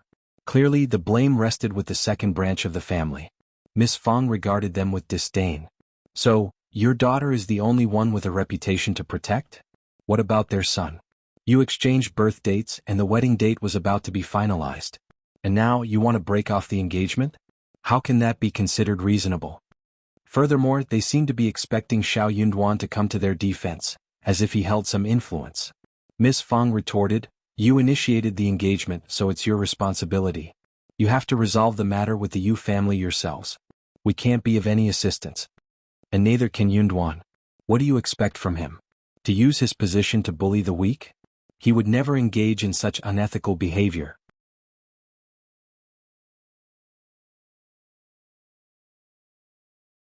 Chapter 853, Unethical, uttered by Bexenville. Siam eldest uncle felt a sense of pity for Shao Miling, unaware that Ms.Zhang had influenced her with the idea. He had intended to interject, but halted upon hearing Ms. Fang's words. It was clear that this couple had come to their doorstep not seeking the help of ordinary people like him and Ms. Fang, but rather aiming for Yunduan's assistance. As he contemplated this, eldest uncle grew increasingly uneasy, realizing that they were trying to manipulate Yunduan into using his limited authority to retaliate against the other family. This deeply troubled him. Such behavior was unquestionably unethical. That's not what we mean. Second uncle and Ms. Nio didn't dare to admit it. This marriage isn't a good match and we have every right to call it off. We even offered to pay them back 10 liang, but they still refused to let go. Now the whole situation has become public, and Miling will suffer greatly if she marries into that family. Elder brother, elder sister-in-law, you've seen Miling grow up. You can't just abandon her like this, can you? Miss Fang sneered. But you are the ones who created this mess. It's utterly unreasonable to expect us to take over and clean it up. Elder uncle carefully pondered the situation before speaking up. Miss Fang, let's calm ourselves down. There's no use complaining when things have already reached this point. We need to come up with a solution to prevent Miling's life from being ruined. True, elder brother is right. Nio and second uncle nodded in agreement. Miss Fang sneered inwardly, convinced that Miling's life was already in ruins. If only Miling had the capacity to comprehend it, she would have despised her parents for their actions. Miss Fang chimed in, what if Miss Xiao and I accompany you to the Yu family and help you reconcile, so that the two families can reunite? No, that wouldn't work. Why not? Miling will be subjected to bullying in such a situation. Then let the Yu family make a promise. Yunduan should be able to help you. We can all live in peace, and if anyone bullies Miling and the news reaches us, we won't forgive them for it. Elder uncle's eyes lit up and he added, I think it's a good idea. Whenever you have the opportunity, ask Miling how she feels about it. We will seek justice for any girls who are bullied within our family, of course. If Miling faces any mistreatment, Yunduan can step in. What do you think, brother and sister-in-law? I believe it's a reasonable solution. The Yu family isn't foolish enough to intentionally harm Miling. Ms. Nio and second uncle exchanged a bewildered glance with each other. This wasn't what they had intended. They had wanted to break off the engagement. However, Miss Fang had already spoken resolutely, and elder uncle had agreed. Shao Yunduan would likely heed his parents' advice as well. Ms. Nio and second uncle gritted their teeth in anger, their words failing them. Elder brother and elder sister-in-law are so heartless. They must have deliberately orchestrated this. They don't want a bright future for Mi. This is all your fault. Why did you rush into making a decision about Mi.'s engagement? Damn you. Mi is no longer a child. She's old enough to have suitors. I had no idea that Yunduan would become a provincial champion or hold an official position. If I had known, one would have called off the engagement. It's all because of elder sister-in-law concealing everything from us.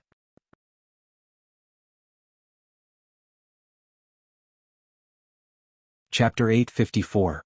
Braver uttered by Bexenville. Ms.Mi and second uncle sighed repeatedly, feeling distressed and helpless.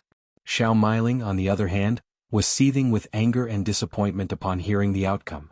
She cried incessantly and threw tantrums, declaring that she would rather die than marry into the Yu family. She couldn't bear to see Xiao Taotao living a better life than her. Nio and second uncle were somewhat swayed by their daughter's intense reaction. Their already negative opinion of the marriage worsened as they witnessed her emotional turmoil.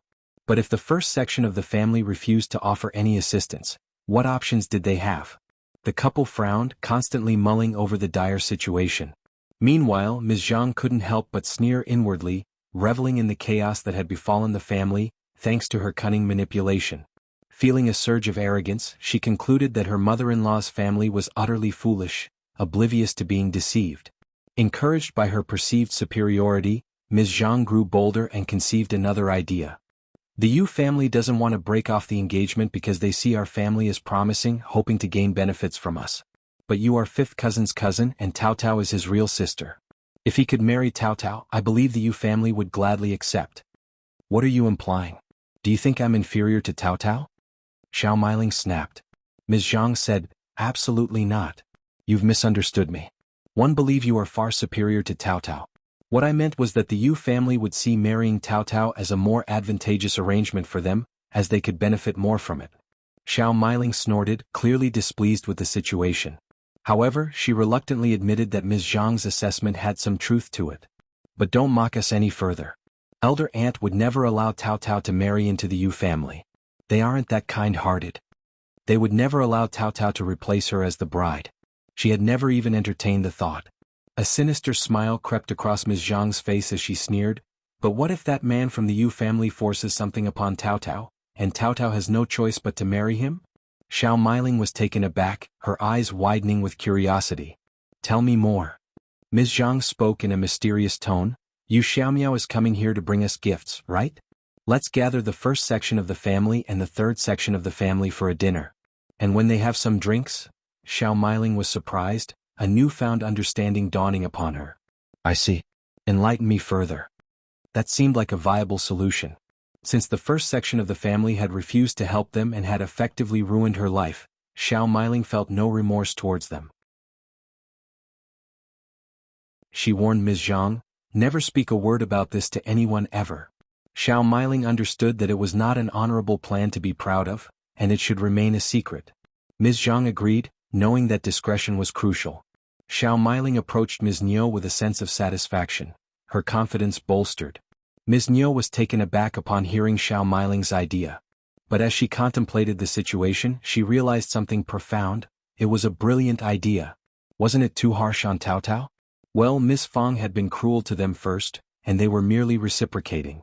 The first section of the family had started it, and now the second section of the family would return the favor. Since Miss Fang had believed that the Yu family was a suitable match, why not have Taotao marry into the Yu family? It would be a perfect fit, wouldn't it? Ms. Nio pondered over the idea, considering the best course of action. They needed a well-thought-out plan to ensure they wouldn't be caught by the first section of the family. Every detail had to be carefully executed, leaving no traces behind. Furthermore, they needed to establish a cooperative relationship with the Yu family, ensuring that Yu Xiaomiao would be on board with their plan. Ms. Nio had no doubts about the outcome. The Yu family would not be foolish enough to reject a marriage proposal for Shao Yunduan's younger sister.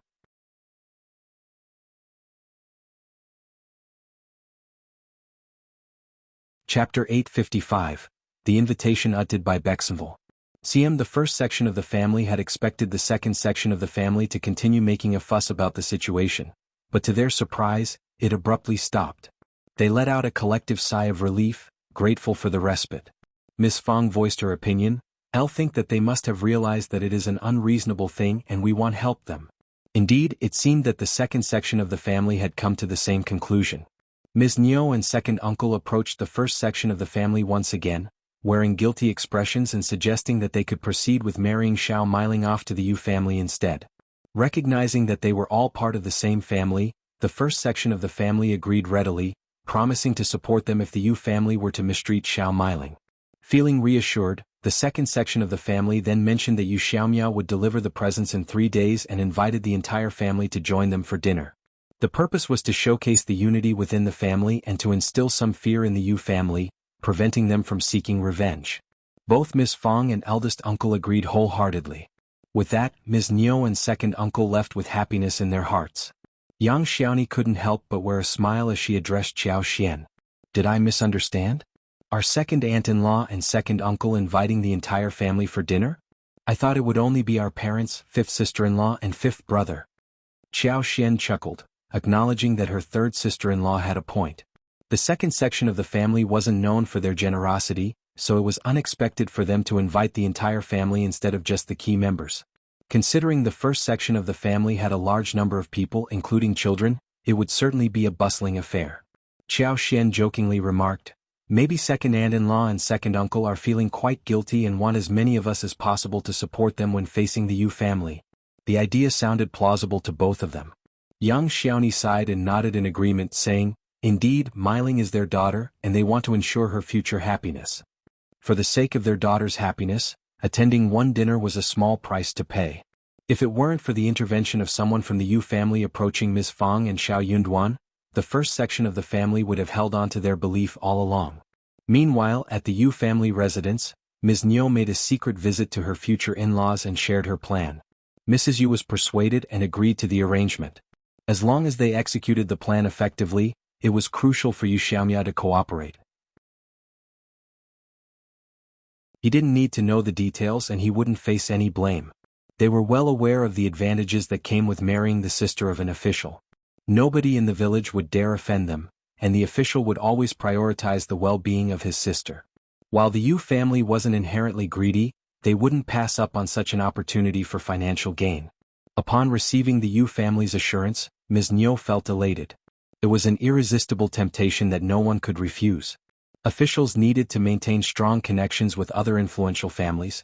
After Taotao's marriage, Xiao Yunduan would no longer have a sister, and he would need to forge a marital alliance with another family. Miling was the most suitable candidate for him to consider.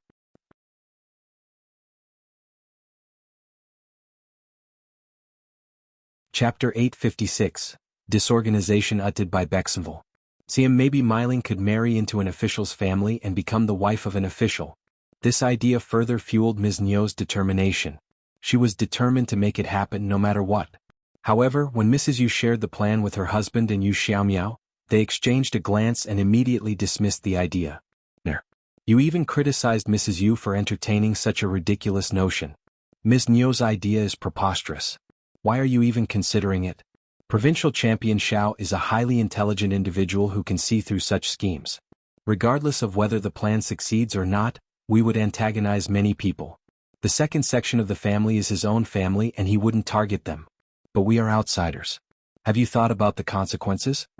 Mrs. Yu remained unconvinced. But Xiao Taotao will be our daughter-in-law and we are family as well. The first section of the family wouldn't harm their own daughter. We're not greedy people, we just want to live a decent life, that's all. Yu Xiaomiao sneered. Mom, he is the provincial champion and possesses various means to deal with us. If they seek revenge by ruining our siblings, do you have any control over that? The Yu family could never bear such consequences. Mrs. Yes' expression changed. No, it's impossible. We will be relatives by that time and they would never stoop so low. Of course they would. Have you not heard what happened to the Zhao family? Mrs. Yu fell silent, her face turning pale. Indeed, she was well aware of the circumstances surrounding the Zhao family. Not everyone was oblivious to the truth. Young Master Zhao had some inkling about the first section of the Shao family's daughter-in-law, and soon after, they mysteriously vanished. People began to connect the dots and realized that there must have been some connection. The downfall of the Zhao family was evident.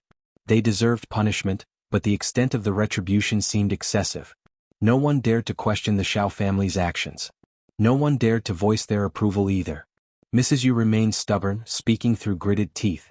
But Taotao will be our daughter-in-law, and if they dare lay a finger on my son and daughter, I will make sure their daughter learns a lesson. It's only fair as one would be her mother-in-law.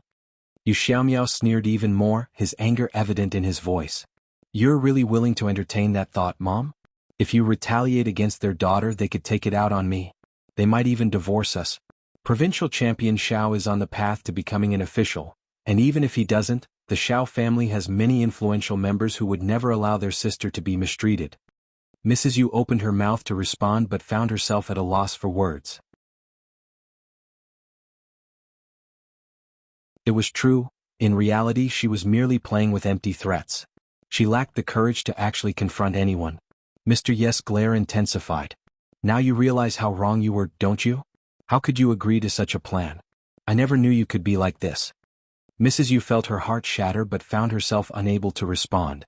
She murmured, but I already made a promise to Ms. Nyo. Father and son continued to glare at her, their disappointment evident. She gathered her courage and straightened her back. Why are you glaring at me like that?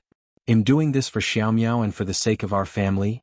Mr. Yu furrowed his brow, contemplating that once Xiaomiao got married, they should live separately. The two sons should reside in different places. They would live with their eldest son, whose wife would be in charge. Mrs. Yu would have no authority and would simply take care of her grandson and do some household chores. That would be her role. She couldn't be in a position of authority or it would lead to trouble. Xiaomiao interjected, that's your problem. I'm going to the Shaoding village to inform the first section of the family about this.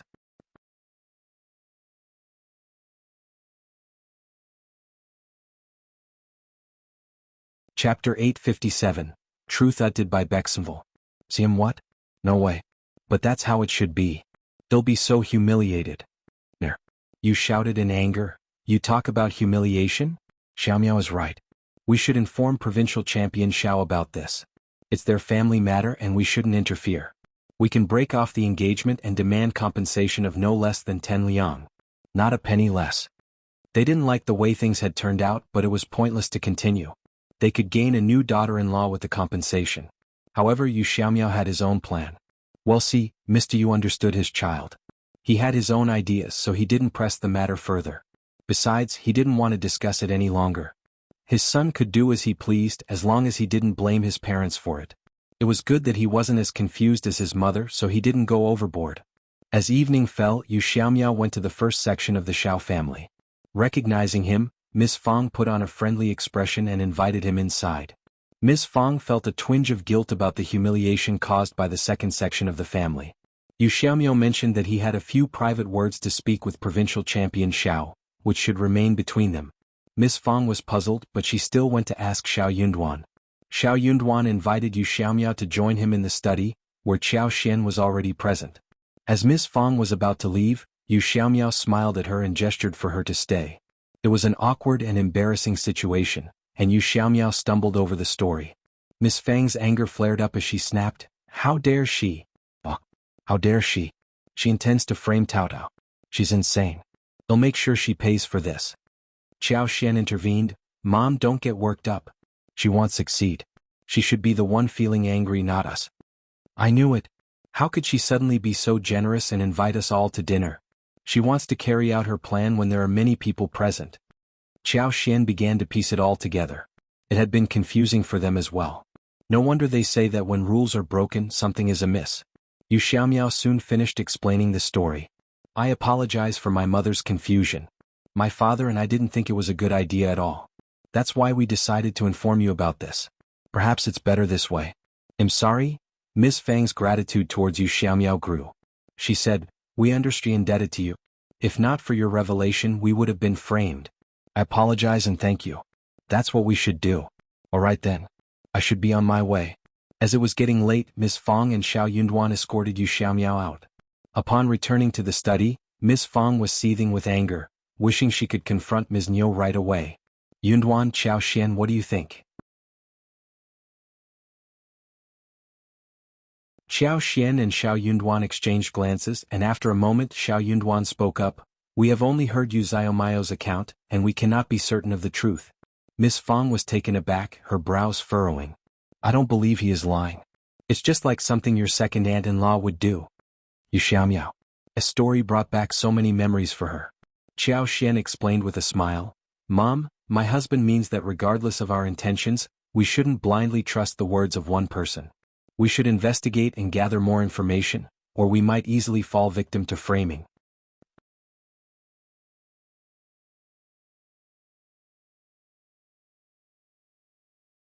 Chapter 858, Waiting Utted by Bexenville. Ms. Fong comprehended the message. I'll understand. You're advising me not to act impulsively. She knew Ms. Nyo's character, but what if someone else was involved? If she blindly believed that person and acted rashly, she could have made a grave mistake. Things were different now. She may have made mistakes in the past, but what if her son was implicated this time? Xiao Xian smiled. Mom, you're so perceptive. It's just a gentle reminder. Ms. Fong sighed, a smile forming on her face. Then remind me as much as you can. I'll keep them all in mind. Shao Yunduan glanced at Xiao Xian with a tender expression. Having a wife who understood him and stood by his side brought him a happiness he couldn't find elsewhere. After a moment, Ms. Fong clenched her teeth. But I believe this is exactly what your second aunt-in-law would do. Let's catch her in the act, suggested Shao Yunduan. Confronting her now wouldn't yield any admission. We have no evidence. She would likely accuse Yu Xiaomiao of harboring resentment over the broken engagement and attempting to frame her. It would only complicate matters further. Ms. Fong felt a wave of enlightenment. That's absolutely true. Ms. Nyo's actions were indeed predictable. All right, then let's catch her in the act. Should we inform Taotao about this so she can be prepared? Shao Yunduan and Xiao Xian exchanged a glance and Shao Yunduan nodded. Yes, we should let her know. We'll discuss the plan further tomorrow. But let's keep this information from Dad for now. Shao Yunduan couldn't rely on his father, who often seemed oblivious to such matters. Ms. Fong chuckled. Of course not. He would never believe us. Head go console the second section of the family, fearing they might be wrongly accused. Ah. Xiao Xian and Shao Yunduan exchanged a bemused look as Ms. Fong left the room. Shao Yunduan's expression turned serious as he sighed, massaging his forehead. Things would have been much simpler if he hadn't decided to pursue a career as an official. He now had to consider numerous factors, and it was hard to determine if his family might become the target of some conspiracy. Thankfully, his mother possessed a clear mind. Xiao Xian sighed. Yu Xiaomiao seems like a level-headed person. Xiao Meiling is fortunate to marry him, and it's surprising that the second aunt-in-law refuses to believe it. Shao Yunduan smiled. I'm not sure what makes her so confident. Xiao Xian pondered for a moment and smiled as he asked, Yu Xiaomiao is quite intriguing. I believe he still wants to marry Meiling. What do you think? Shao Yunduan nodded, a grin forming on his face. It would be ideal if he marries Shao Meiling. He seems capable of keeping her in check. As cousins from the second and first sections of the family, Shao Meiling was known for her strong-willed and outspoken nature. Once she was married, it would be challenging to rein her in. If someone were to try and manipulate her, she might even become a force to be reckoned with. If her husband possessed the ability to manage her and handle situations wisely, it would make things much smoother. Otherwise, they could face considerable trouble in the future. When that time came, it might not be possible for the first section of the family to remain uninvolved. Shao Yunduan was delighted to assist Shao Meiling in marrying into the Yu family, rather than allowing her to choose an uncertain partner. The second aunt-in-law opposed this potential son-in-law, hoping that Taotao would take over instead. However, Shao Yunduan had no intention of allowing that to happen. He wanted to show her the consequences of her actions, to make her understand the meaning of reaping what you sow. They engaged in a lengthy discussion about the plan before finally retiring for the night.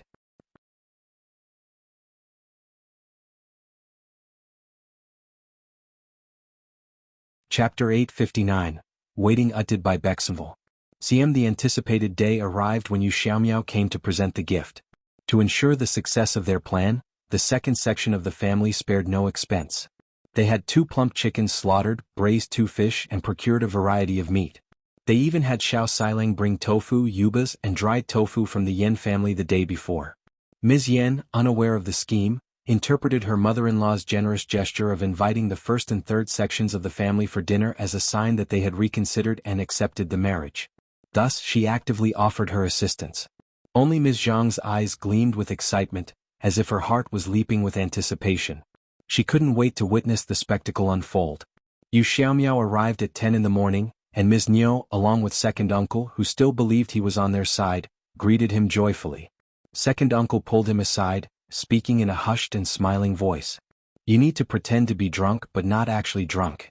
He'll have the brothers guide you to the wing room. Once the girl is there, you know what to do.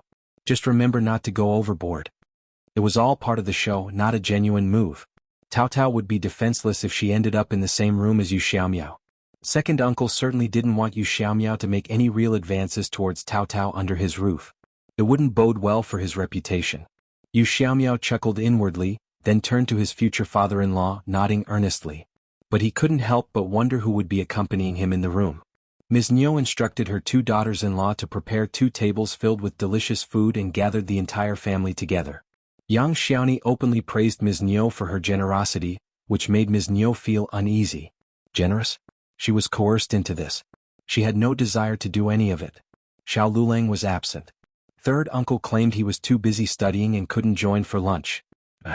Nio and second uncle had invited so many people with the intention of creating chaos, making it easier to execute their plan.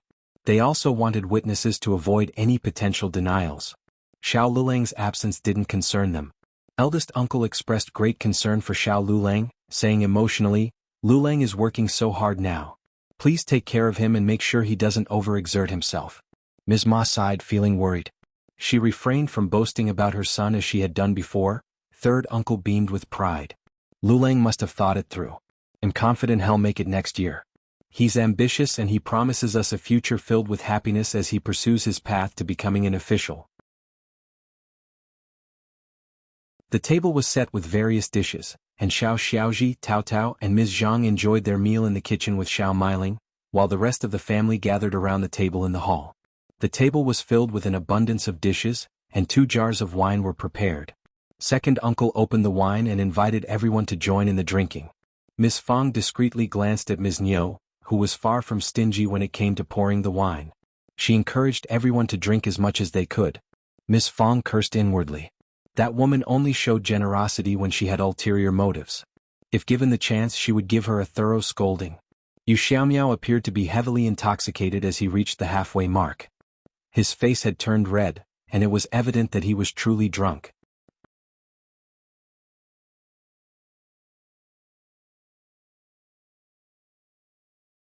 Chapter 860. Coldness uttered by Bexenville. CM third uncle playfully teased second uncle. Looks like your son-in-law has a low alcohol tolerance. He's already drunk after just a little wine. People have different drinking capacities. He's drunk so he needs some rest. We can continue celebrating, second uncle replied with a smile. He then turned to Xiao Sanlang and said, Xiao Sanlang, help Yu Xiaomiao to the wing room with Qi for some rest. Xiao Sanlang and Qi were unaware of the situation but agreed to assist, helping Yu Xiaomiao up from his seat. Ms.Mi stood up as well. They'll guide you in. Help him. Once Yu Xiaomiao was settled, Xiao Sanlang and Qi returned to the hall, and Ms.Mi followed closely behind. She exchanged a few words in the kitchen, not to share any important information, but to provide Xiao Meiling and Ms.Zhang with some subtle cues. Ms.Mi walked briskly, feeling a sense of anticipation. She was eager to witness the unfolding drama. After completing her task, she planned to find an excellent match for her own daughter, making Taotao envious for the rest of her life. Xiao Meiling and Ms.Zhang exchanged a knowing glance and couldn't help but feel pleased. Soon they finished their meal. Xiao Meiling mentioned that she had something to discuss privately with Taotao. Xiao Xiaoji felt slightly displeased being left alone. However, with Xiao Meiling's impending marriage, the cousins decided to set aside any grievances during this joyous occasion. So Taotao followed Xiao Meiling to another location. Taotao's heart sank, overcome by a chilling sense of unease. If her mother hadn't given her a warning beforehand, she would have been completely unprepared for this situation.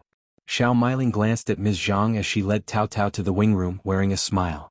Al left my sewing needles and thread inside the room. Can you help me find them? Taotao gave her a complex look, a mixture of emotions swirling within her. Deep down, she wished that Xiao Meiling would feel remorse at this final moment. Xiao Meiling sensed the intensity of Taotao's gaze, feeling a discomforting sensation. However, she quickly dismissed the feeling.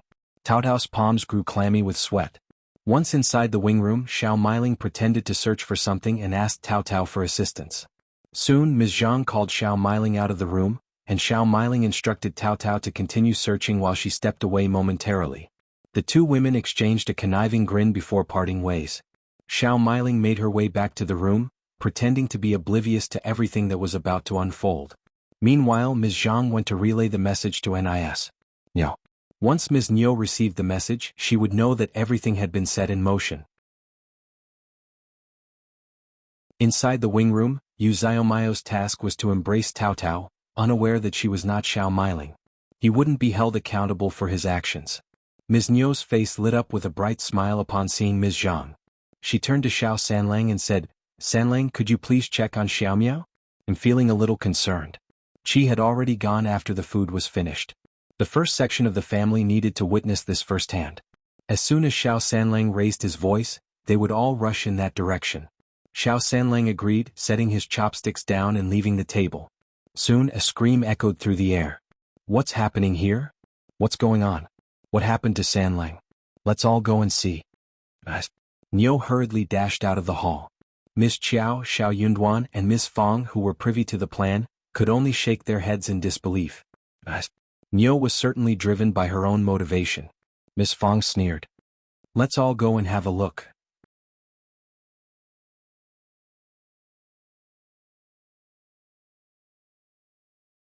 Chapter 861, Not Taotao by Bexenville. Ms.Mi, filled with confidence, continued to shout before entering the room, "Oh, Taotao, what are you doing here? Oh my God, what is happening? What should we do?" Second uncle followed suit. "What? Taotao? Why is Taotao in Xiaomiao's room?" Ms.Mi exclaimed, "Nobody knows what's going on." "Oh my God." Miss Fong, aware of the truth, sneered at Ms.Mi, her eyes burning with anger, wishing she could slap her across the face. Xiao Xian struggled to contain her laughter, barely holding it in. Xiao Yunduan stood calmly by her side, enjoying the spectacle. Eldest uncle was on the verge of fainting. "What? Taotao?" He rushed forward and opened his eyes, only to be taken aback. "Wait a minute." The girl sitting on the floor in the intoxicated Yuezheng's arms was not Taotao at all. It was Miling. But hearing his brother and sister-in-law's persistent calls, eldest uncle began to doubt himself. He rubbed his eyes and looked closely. He wasn't mistaken. He could unmistakably recognize his own daughter. "What? Brother and sister-in-law, are you sure? This is Miling." Miss Fong burst into laughter and turned to Ms.Mi, saying, "Honestly, second sister-in-law, instead of just shouting, open your eyes and see who is in your son-in-law's arms. It's Miling. Why do you keep shouting Taotao? What's the meaning of this?" Miss Fong raised her eyebrows and spoke furiously, "Why did you involve Taotao in this? Are you trying to ruin Taotao's reputation?" Ms.Mi and second uncle were taken aback, their faces filled with shock. They looked in the direction pointed out and stood there, dumbfounded. "That's Miling. Why Miling? What is happening?" Ms.Mi, pulling Xiaomiao away, snapped at Ms.Zhang and Ms. Yen. "Why are you just standing there? Help her up. What is happening? It's your fault." Miss Fong sneered and spoke fiercely, "Why did you think it was Taotao?" Ms.Mi and second uncle were bewildered. Ms.Mi stammered, "I was mistaken."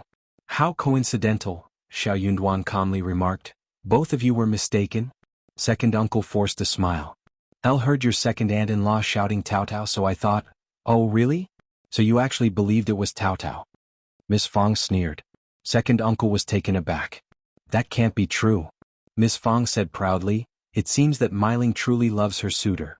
Otherwise, she wouldn't have come to see her fiancé in person. But why did she faint? It seems like a destined marriage." Ms.Mi felt as if she were about to collapse. She glared at Miss Fong but couldn't do anything about it. She had to endure all the humiliation coming from Miss Fong. Miss Fong gave her a disdainful look, snorted with irony and said, "I'm sure you have a lot to deal with right now, so we'll leave you to it. Goodbye. Let's go, old man." Miss Fong pulled elder uncle out of the room. As they left, elder uncle was about to say something. He also sensed that something was amiss here, but he couldn't bring himself to ask what it was.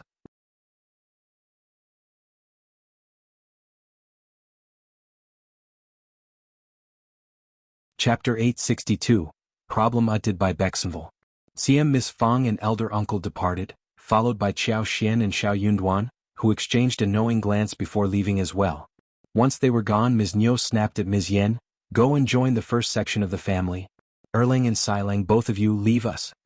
Ms. Yan was taken aback by her mother-in-law's anger but understood that it was best to comply. She nodded and left the room. Mom, Shao Erlang and Shao Xilang hesitated, reluctant to leave. They were displeased with Yu Xiaomao's behavior and were curious about why Miling was present and had fainted. It all seemed highly peculiar and they wanted answers. However, second uncle grew impatient. Just get out of here. Stop murmuring. The two brothers were startled but decided it was best to leave. They remained silent and exited the room, knowing that their parents would uncover the truth eventually. Their presence would be of little use at the moment. Once the unrelated individuals had departed, Ms.Mi and second uncle turned to Yu Xiaomiao, their faces filled with anger. What are you doing here? What happened? What did you just do? Why is Miling here? Where is Taotao? She was supposed to be here, Ms.Mi exclaimed, frustration evident in her voice. Yu Xiaomiao had sobered up and spoke in a more composed manner. How was I supposed to know? You instructed me to pretend to be drunk and you would take care of the rest. You assured me that Taotao would be brought here so that one would be found in the same room with her, forcing her into marriage with me. But instead it was Miling who ended up here. I'm just as confused as you are. Stop arguing. Second uncle interjected, raising his voice. You were only pretending to be drunk. Miling couldn't have arrived here on her own. That's right, you were just pretending. Ms.Mi added. Yu Xiaomiao shouted in frustration, no, I wasn't. I may not have been truly drunk but my head was spinning. Someone opened the door and I didn't open my eyes immediately. When I finally did, I saw Miling on the floor. It startled me so I got off the bed to check on her. Then Shao Sanlang arrived, followed by all of you. The room was filled with tension as they tried to make sense of the situation and understand how Miling had ended up in that room instead of Taotao. Second uncle and Ms.Mi were filled with a mixture of anger and regret, unable to find the right words to express their emotions. Realizing that Miling was awake, Yu Xiaomiao sneered inwardly but decided to suggest, perhaps we can ask Miling herself what happened. Shao Miling was lying in the bed where Yu Xiaomiao had been pretending to sleep. Given their engagement, it was not inappropriate for them to be in the same room. Ms.Mi glared at Yu Xiaomiao and shook Shao Miling to wake her up. Shao Miling slowly opened her eyes, looking confused. What happened to me? Where am I? Mom, where is Taotao? What happened to her? I bet she's crying, isn't she? Ah. Her eyes sparkled with a mix of anxiety and cunningness.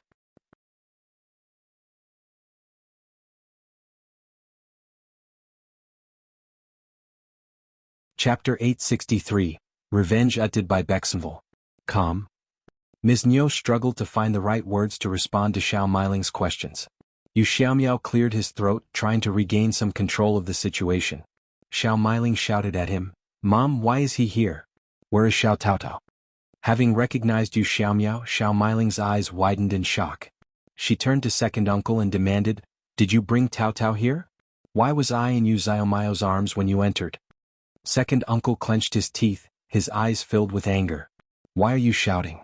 Explain why you were with Yu Xiaomiao when we arrived. That's impossible.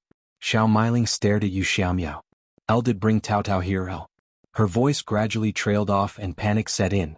She tightly gripped Ms.Mi's sleeves. Elle intended to return to the kitchen but someone struck me on the head. Yes. I was knocked unconscious. And now I'm here. Mom, what's happening? Can you explain? What? You were knocked unconscious? Who could have done it? Second uncle and Ms.Mi exchanged panicked glances, their shock evident. The three of them engaged in a lengthy discussion, attempting to piece together the sequence of events. However, the most perplexing question remained. Who had knocked out Shao Miling and brought her to this room? It must have been someone from the first section of the family. No one else would do such a thing to us. How terrible, how dreadful. Dad, Mom, I refuse to marry into the Yu family. I don't want to. It was supposed to be Taotao, not me. Enough. Shut up. We can't let this go. We must confront the first section of the family and demand answers. Suddenly, the door was forcefully kicked open and Miss Fang barged in, heading straight for Ms.Mi. Before Ms.Mi could react, Miss Fang grabbed her hair and pulled it violently. Miss Fang screamed as she struck Ms.Mi. You wicked woman. How dare you try to frame Taotao? How dare you? No wonder you suddenly changed your mind about breaking off the engagement. You wanted my Taotao to your daughter's place.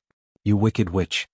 Miss Fang continued to scream in anger, delivering blow after blow to Ms.Mi, who cried out in pain. Xianxia stood frozen, trembling in fear. She was too terrified to even cry. "Stop it, elder sister-in-law. Stop." Second uncle pleaded desperately, wanting to intervene but hesitating. He had lost much of his confidence after everything was exposed. "Elder brother, tell elder sister-in-law to stop," he urged, looking at elder uncle. Elder uncle appeared to be lost, as if his spirit had been crushed. Second uncle continued to implore him. Eldest uncle observed the scene but remained silent, struggling to find his own words. Eldest uncle realized that he couldn't order Ms. Fang to stop her actions.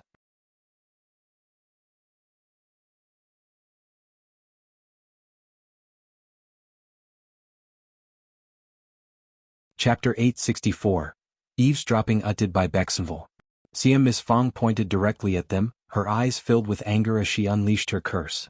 "From this moment on, we have nothing to do with you anymore. I'm far from finished with this. I will rally the entire clan to seek justice for what you've done.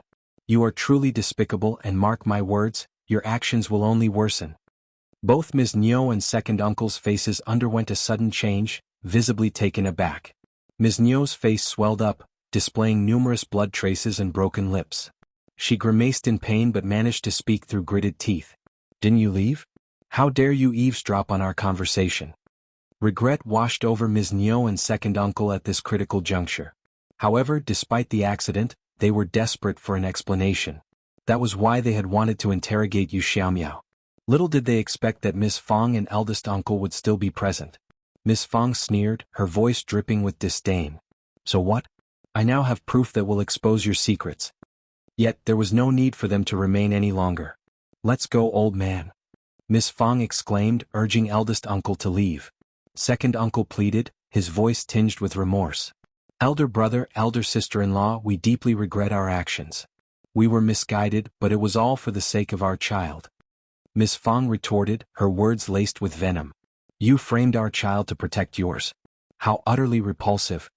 Caught off guard, second uncle stuttered, his voice lacking confidence. We are sorry. But Taotao is still all right, isn't she? Elder brother, elder sister-in-law, please let it go. We're family." Ms. Fang's gaze intensified as she glared at second uncle, her wish to strike him becoming almost tangible. "Where was this notion of family when you plotted against Taotao?" she spat back, her words filled with seething anger. "That's only because we are capable of taking care of her. It doesn't make you good people." Ms.Mi muttered, her words filled with resentment. "You knocked out Miling, didn't you? Which one of you did it?" "Chi?" she questioned, her voice accusingly pointed at them. Chi, along with Ms. Su Yangxiaoni and Xiao Xian, had already left after finishing their meal. It seemed likely that Chi was the one who had incapacitated Xiao Miling. Being a boy, he possessed the strength to do so. "So what?" Ms. Fang cursed vehemently, her anger evident. "You set us up and we played our part." "You?" Ms.Mi exclaimed. "Shut up. From this moment on, we are cutting off all ties with you. Old man, come, let's go talk to the land officer and resolve this matter within the clan." Ms. Fang declared firmly, ready to depart. Ms.Mi trembled with anger, but her fear quickly overtook her. Hurriedly, she moved to stop Ms. Fang, and second uncle joined her in their attempt. "No, you can't go." Ms.Mi pleaded desperately. "Elder sister-in-law, why be so cruel? Elder brother, say something." Second uncle implored. "Save your breath," Ms. Fang sneered, her voice filled with derision. "You won't be able to stop me, so give it a try. And don't even think you can confine me here. Elder brother, we're truly sorry. After all, we are family, aren't we? It would be an enormous scandal, wouldn't it? It would tarnish Taotao's reputation as well." Fang's response was swift and sharp. "Taotao has had nothing to do with this from the very beginning. She has her brother to care for her." Ms.Mi and second uncle continued to implore, their pleas filled with desperation. Eldest uncle sighed heavily, feeling overwhelmed by the situation. The conversation he overheard outside had shocked, saddened, and deeply disappointed him. His own brother and sister-in-law had orchestrated a scheme against his own daughter. They had plotted to break off the engagement and replace Taotao with their own child. How could they treat Taotao this way? They didn't regard him as an elder brother at all. However, despite his inner turmoil, Taotao had remained unharmed. And now, seeing the couple beg before him like this, he found himself unable to utter any words of reproach.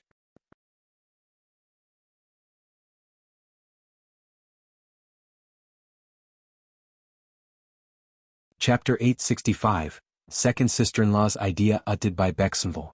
CM If news of this situation were to spread, their own family would become a laughingstock, which was far from desirable. Eldest uncle turned towards Miss Fang, his voice barely audible as he suggested, "What if we persuade the two couples to admit their mistakes and make a promise? Let's just let it go. Our family's reputation will suffer as well." Ms.Mi and second uncle expressed their agreement with cheers and nods. However, Miss Fang, who had managed to calm herself after venting her anger on Ms.Mi, was once again provoked by eldest uncle's words. She shouted angrily, "No way! You foolish old man, your mind is so muddled. If it weren't for Taotao's luck, we would be the ones suffering here. Your brother and sister-in-law are nothing but trash. They were trying to ruin Taotao's life. And you old fool, agree just because of a few tears and insincere words. What do you truly think of Taotao in your heart? Is she your daughter? Let me tell you, I will never agree to this solution. And ask our sons, do you think they would agree? Taotao has done nothing wrong and neither have we. What does a mere name matter? There's no way we will ever agree to it." Miss Fang had no intention of making peace, and she even berated eldest uncle, leaving him dumbfounded. Second uncle and Ms.Mi were equally stunned. As Miss Fang rushed out, the two of them stood frozen, not daring to stop her in any way. Xiao suddenly jolted awake. If this matter were to be brought before the clan, the first section of the family would undoubtedly side with their own family, causing them to lose everything. She shouted, desperation evident in her voice. "It was second sister-in-law's idea, it was all her doing. It has nothing to do with my parents. Elder aunt, if you want to blame someone, blame second sister-in-law. It was her idea." Everyone was taken aback, their expressions filled with shock. Second uncle and Ms.Mi shared in the same astonishment. Miss Fang also came to a halt, turning to face Xiao with a cold gaze. Xiao recoiled, her voice trembling as she confessed, "I never intended to break off the engagement, but one day second sister-in-law approached me." In that moment, Xiao forgot about the promise she had made to Ms.Zhang. She didn't even recall the agreement they had reached. Being a selfish woman who harbored dislike for Ms.Zhang, Xiao felt no remorse for betraying her. Thus, she divulged every detail without hesitation. Everyone present. Ms.Mi nearly screamed in fury, "That wretched woman! I knew it. She always wears a sinister expression and is full of wicked tricks. I want to beat her to death." Miss Fang sneered, her tone dripping with disdain. "Miss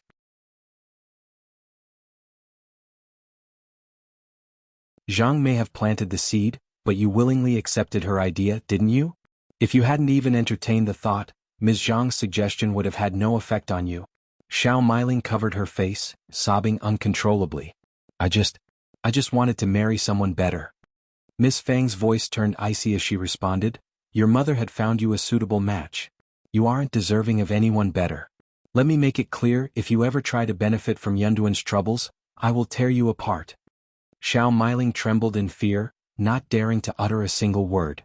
It wouldn't be long before Ms. Zhang arrived, escorted by others. Xiao felt a sense of speechlessness in the midst of it all. There was no need for him to play along anymore. With a polite wave he bid them farewell and left.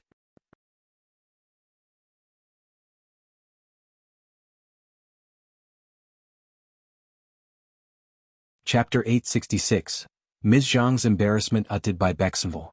Ms.Mi and second uncle felt a deep sense of embarrassment. They had allowed their prospective son-in-law to witness this chaotic situation, and it exposed their lack of self-esteem. They couldn't find any words to undo what had already transpired. Second uncle composed himself, mustered a few kind words, and escorted Xiao out. Soon, members from both the first and second sections of the family gathered in the hall. Ms.Mi directed her anger towards Ms. Zhang, using her as an outlet for her frustration. She raised her hand and delivered a harsh slap across Ms. Zhang's face, causing her to stagger and fall. "You wretched woman! I never should have kept you around. How despicable you are." Tears streamed down Ms. Zhang's face as she covered her injured cheek. Shao was taken aback by the scene and rushed forward to help Ms. Zhang, but he was abruptly stopped by Ms. Mi's stern command. "Stop. Don't touch her." "Mom? What did she do? What are you doing? And what about you?" Shao questioned, bewildered by the situation. Ms. Mi felt pain coursing through her body both physically and emotionally. It was only because of Ms. Zhang's actions that she found herself in this situation. "Ask her yourself. You wicked woman. You're a troublemaker. Xiao Erlang was still grappling with confusion.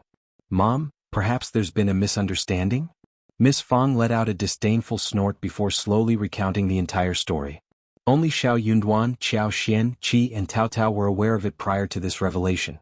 The rest of the family members were shocked by the revelation. They all cast scornful glances at Ms. Zhang. If the story was true, Ms. Zhang's actions were incredibly malicious. Ms. Yen felt a chill run down her spine. If Ms. Zhang were to remain in the family, she would insist on living separately no matter what. She refused to share a roof with such a woman, for fear that she might be harmed in her sleep.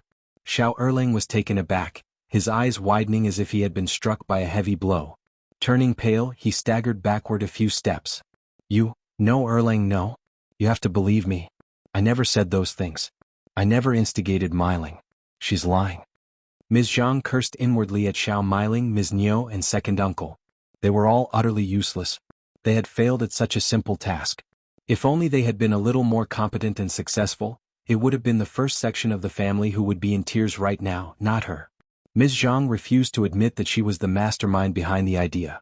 Through tears she pleaded, I've returned, but none of you like me. You all despise me. I can't defend myself, but why do you continue to heap accusations upon me? I don't have the courage to say such things. Furthermore, if you force me to shoulder the blame, I would never be able to shake it off. Erlang, you have to believe me. What are you saying? You taught me everything. Xiao Miling was consumed with rage, lunging towards Ms. Zhang, attempting to strike her. Xiao Erlang intervened, stopping Xiao Miling. Miling, calm down. No violence. Second brother. Xiao Miling angrily pushed his hand away, snapping back. She did it. She taught me everything. If it weren't for her, I would never have conceived of such an idea. But she refuses to confess. And now she's making me take the blame. Step aside, I'm going to kill her. Ms. Zhang sobbed, her voice filled with sorrow. Xiao Erlang found himself caught in the middle, his expression filled with bitterness. Yet he still positioned himself between Xiao Miling and his wife. Miling, the second sister-in-law, did make a mistake in the past, but you can't solely hold her accountable. You need evidence.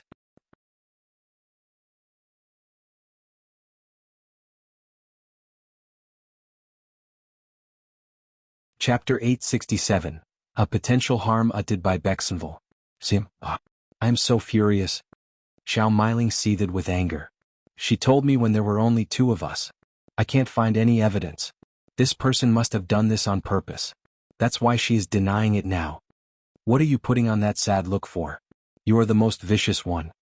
Xiao Miling exclaimed, her anger apparent. Xiao Miling looked infuriated and attempted to throw a punch at Ms. Zhang but was restrained by Xiao Erlang. She cursed and struggled against his grip. Yang Xiaoni whispered to Qiao Xian, what are they doing here? I'm confused. Fifth sister-in-law, who do you think is lying? Qiao Xian smiled and shook her head. I'm not sure. There is no evidence. But what's your opinion? I'd rather not speculate. Yang Xiaoni chuckled and agreed. True. However, deep down, Qiao Xian believed that Xiao Miling was telling the truth. Ms. Zhang had a shady character, and Xiao Miling hadn't considered this aspect of their marriage, but Ms. Zhang might have. Zhang held a grudge against both the second and first sections of the family. If her plan had succeeded, the first section of the family would have become the victims and would have started hating the second section of the family, which was exactly what she desired. This woman posed a potential threat to everyone. Ms. Niu shouted, Stop it, you two. Son, Miling doesn't lie. This person is not a good woman. Are you seriously going to believe a lying, vicious person who nearly got your son killed over your own sister? Are you out of your mind? Ms. Niu had barely finished speaking when Ms. Zhang broke down in tears. I knew it. You'll never forgive me for what I did. Ms. Niu spat, her annoyance evident as she exclaimed, No one will ever forgive you for this. I never begged you to come back. It was you who shamelessly showed up at our doorstep. You were divorced. How dare you return and put on such a pitiful act? I shouldn't have agreed. You wretched woman. No wonder Miling confronted you as soon as you came home. Admit it, you bitch. Elle didn't do it. You're all mistaken. It was you. You did it. Experiencing a headache, Miss Fang snapped, That's your own family matter and you can discuss it later. I need one resolution on this. The clan needs to be informed. Xiao Yunduan agreed, anything Mom says. Xiao Sanlang angrily chimed in, Exactly. We can't just let it go like this. Taotao is a kind girl who was almost harmed because of you. Eldest uncle fell silent as he tried to speak. He did have a few things to say, but he knew that none of his words would make a difference. He suddenly felt a pang of sadness. None of his sons understood him at all. Miss Fang stood up and declared, "Let's go and find the land officer." "No, no, elder sister-in-law, it's all Ms. Zhang's fault. She's a troublemaker. Well, kick her out of the family. Will that satisfy you? It's your decision, not mine. Most people in your family are irritating." Miss Fang responded. Instead of engaging in further conversation with her, and under the protection of Shao Yunduan, Xiao Xian and other family members, Miss Fang hurriedly made her way to the land officer's house, paying no heed to eldest uncle's persistent attempts to stop her.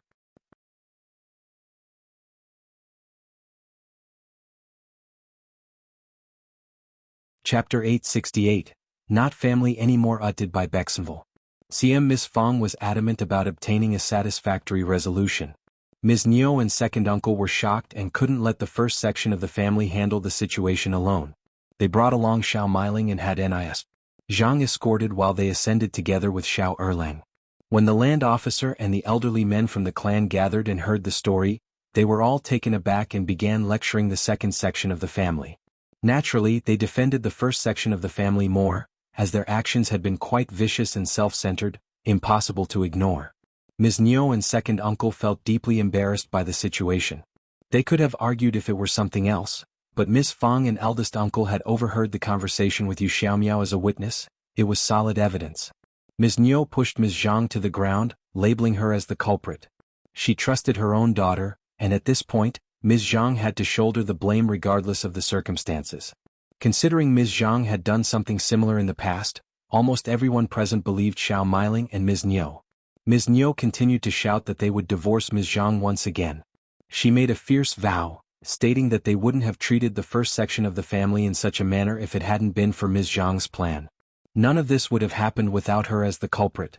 Thus, they sincerely hoped that the first section of the family would forgive them. Zhang continued to cry incessantly.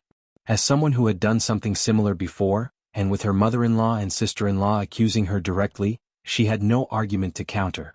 However, they were still a family, and Ms.Mi's decision had nothing to do with the land officer and the elderly men from the clan. But the second section of the family had almost caused harm to the first section of the family. Thankfully, Taotao was unharmed. The others offered a few consoling words, and while the two sections of the family wouldn't completely sever their relationship, a lingering grudge remained between them. From that moment onward, the first section of the family would no longer consider the second section as part of their family, treating them instead as an ordinary family from the same clan. Second uncle and Ms.Mi pleaded for forgiveness. "No, no. We are a family bound by blood. We're not just an ordinary family from the clan. Elder brother, please say something. You want to prove of this, right? You promised our parents that you would take care of us. Why are you begging him? He's the most vicious and cruel man. If you hadn't refused to help us break off the engagement, we wouldn't have resorted to this. You're heartless."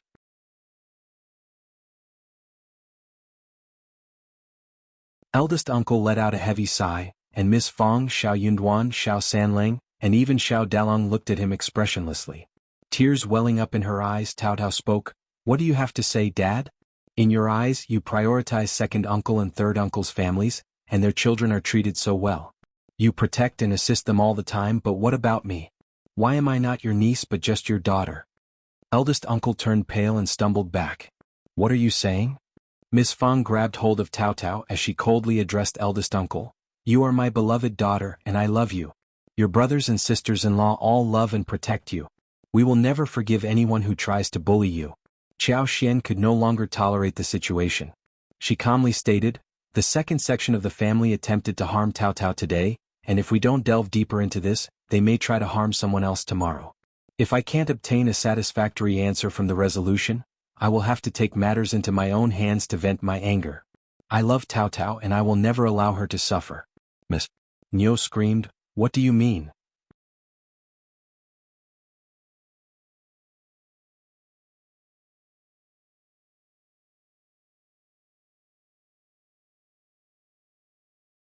There was no proof implicating her, and her tears genuinely made him feel sorry for her. She was his wife, and he didn't want her to suffer from a false accusation. He wouldn't agree to divorce his wife based solely on the words of others. Ms.Mi was filled with frustration, her heart aching.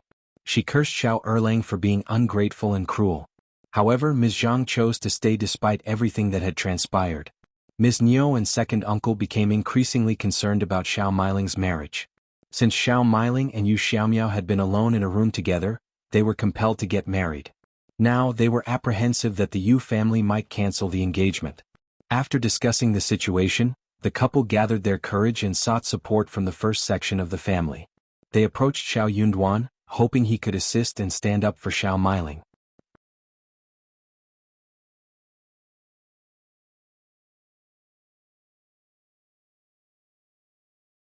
Chapter 870, Auntie Nyo and Uncle Xiao utted by Bexenville. Sim, elder brother, elder sister-in-law, don't you care about Xiao Miling? She is your niece, and you can't simply allow her to be bullied after her marriage, can you? Please, elder brother and elder sister-in-law, pleaded the couple, finding a suitable moment to ask for the favor when eldest uncle was at home after dinner. Before eldest uncle could respond, Xiao Xian cleared her throat and spoke with a smile. Auntie Nyo, Uncle Xiao Taotao is also your niece. But I'm not sure if you would ever allow her to be bullied, considering what you've done. Yang Xiaoni and Ms. Su struggled to hold back their laughter. Miss Fang snapped and glared at the couple, saying, Xiao Miling is not innocent. Don't lie to me. I heard her laughing at Taotao when she thought her plan had succeeded. How dare you ask Yunduan to support her? Get lost. However, Ms. Nyo and second uncle seemed oblivious to Miss Fang's words. They were stunned by Qiao Xian's way of addressing them. What are you calling us? They asked in disbelief. Qiao Xian responded, Auntie Nyo and Uncle Xiao, is there something wrong with that? Second uncle became so furious that he nearly fainted. Elder brother. Miss Fang chimed in, Hey, there's no elder brother here. You have no manners. Just leave. Eldest uncle could no longer tolerate the situation. Miss Fang, that's enough. Miss Fang snorted. I want to emphasize that these two people have no relation to us. Why should I be the one in the wrong? Ms. Nyo and second uncle were both filled with anger and anxiety. It suddenly dawned on them that their connection with the first section of the family had been severed. And at this moment, the reality sank in for Ms. Nyo and second uncle. It wasn't a dream but a harsh reality they had to face. Qiao Xian's way of addressing them had struck a nerve, making them realize the severance of their ties with the first section of the family. Xiao Yunduan intervened, reminding eldest uncle that the land officer and the clan had already made the announcement, leaving no room for argument. Eldest uncle pleaded, Can't you help your fellow clan members? Xiao Yunduan replied firmly, But I don't want to. Eldest uncle. Miss Fang sneered, Did you hear that? My son loves his sister and you're trying to force him? If you want to back them up, go ahead. But I will expose the true relationship between Ms. Nyo and Xiao Delu with us. So, you'll be standing alone, not on our behalf. Eldest uncle muttered, You? Miss Fang interrupted, Feel free to try. Nyo and second uncle were still in a daze as they were driven out of the Xiao family's gate. As they looked at the towering house and the closed gate, they felt an emptiness in their hearts.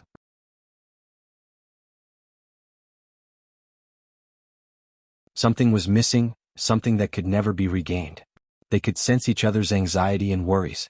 The realization hit them hard. There was no one to clean up their mess for them. The first section of the family, they've truly severed ties. Ms. Nyo seethed with anger and placed the blame on Ms. Zhang. It's all because of that troublemaker Ms. Zhang? With a heavy heart, the couple reached out to Yu Xiaomiao, unsure of how the Yu family would react. To their surprise, the Yu family acted as if nothing had occurred and agreed to proceed with the marriage. They came to an agreement on the wedding date, which would be the 6th day of March the following year. The couple breathed a sigh of relief. Without the support of the first section of the family, they couldn't afford to say anything negative about the Yu family. Furthermore, Mrs. Yu had expressed regret over the initially rejected engagement, but Mr. Yu and Yu Xiaomiao decided to uphold the marriage arrangement. They were still blood-related, which would always be beneficial for them.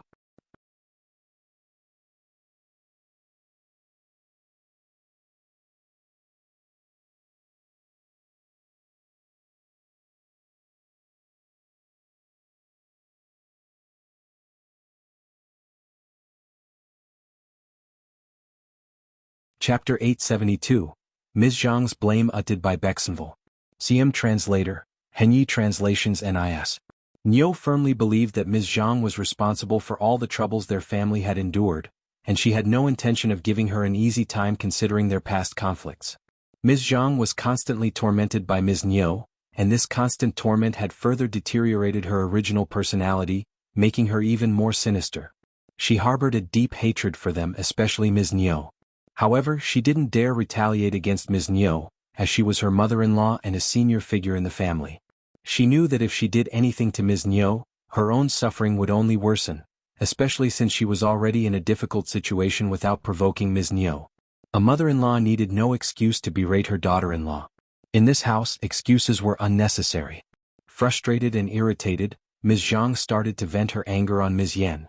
As they were walking together with their sons, Ms. Zhang suddenly pushed her own son, causing him to fall to the ground and burst into tears. Ms. Zhang screamed, "Fourth sister-in-law, how could you harm and push Xianwen like that? You're so vicious. I know you hate me, but you can't blame this on Xianwen. He's innocent." Ms. Yan was taken aback by Ms. Zhang's sudden outburst and her deteriorating mental state. Anger coursed through her, causing her to tremble. "Second sister-in-law, show me your evidence. I didn't lay a hand on Xianwen." "Of course you did. You're too afraid to admit it.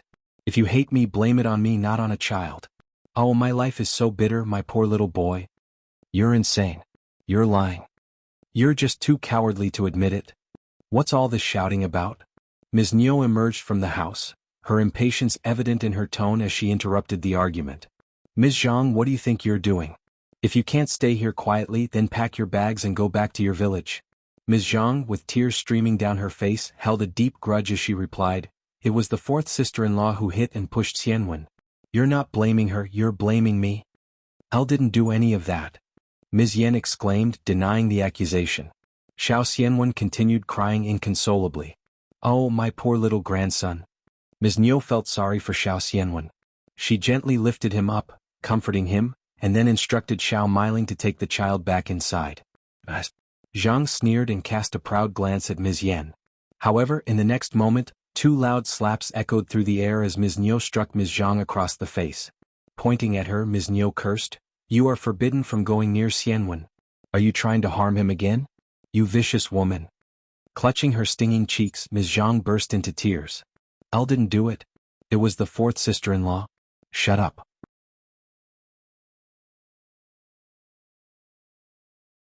"I don't believe a word you say. Ms. Yan has no reason to do such things, and you kidnapped your own child. You're capable of anything." "Elle didn't, it was the fourth sister-in-law." Ms. Zhang received another slap across the face. "Just keep your mouth shut, you vile woman. You disgust me. If it weren't for troublemakers like you, our family wouldn't be in this mess. It's all your fault. You've already ruined Miling's marriage and now you're targeting Ms. Yan. You never give up, do you?" Ms. Zhang cried even harder. This only served to further infuriate Ms. Niu. She snapped, "You bringer of misfortune. Be silent now. Kneel down right here and reflect on your actions." You're tuning in to the Phantom Sword Chronicles YouTube channel. Don't forget to subscribe and join us on this journey to catch the most captivating stories.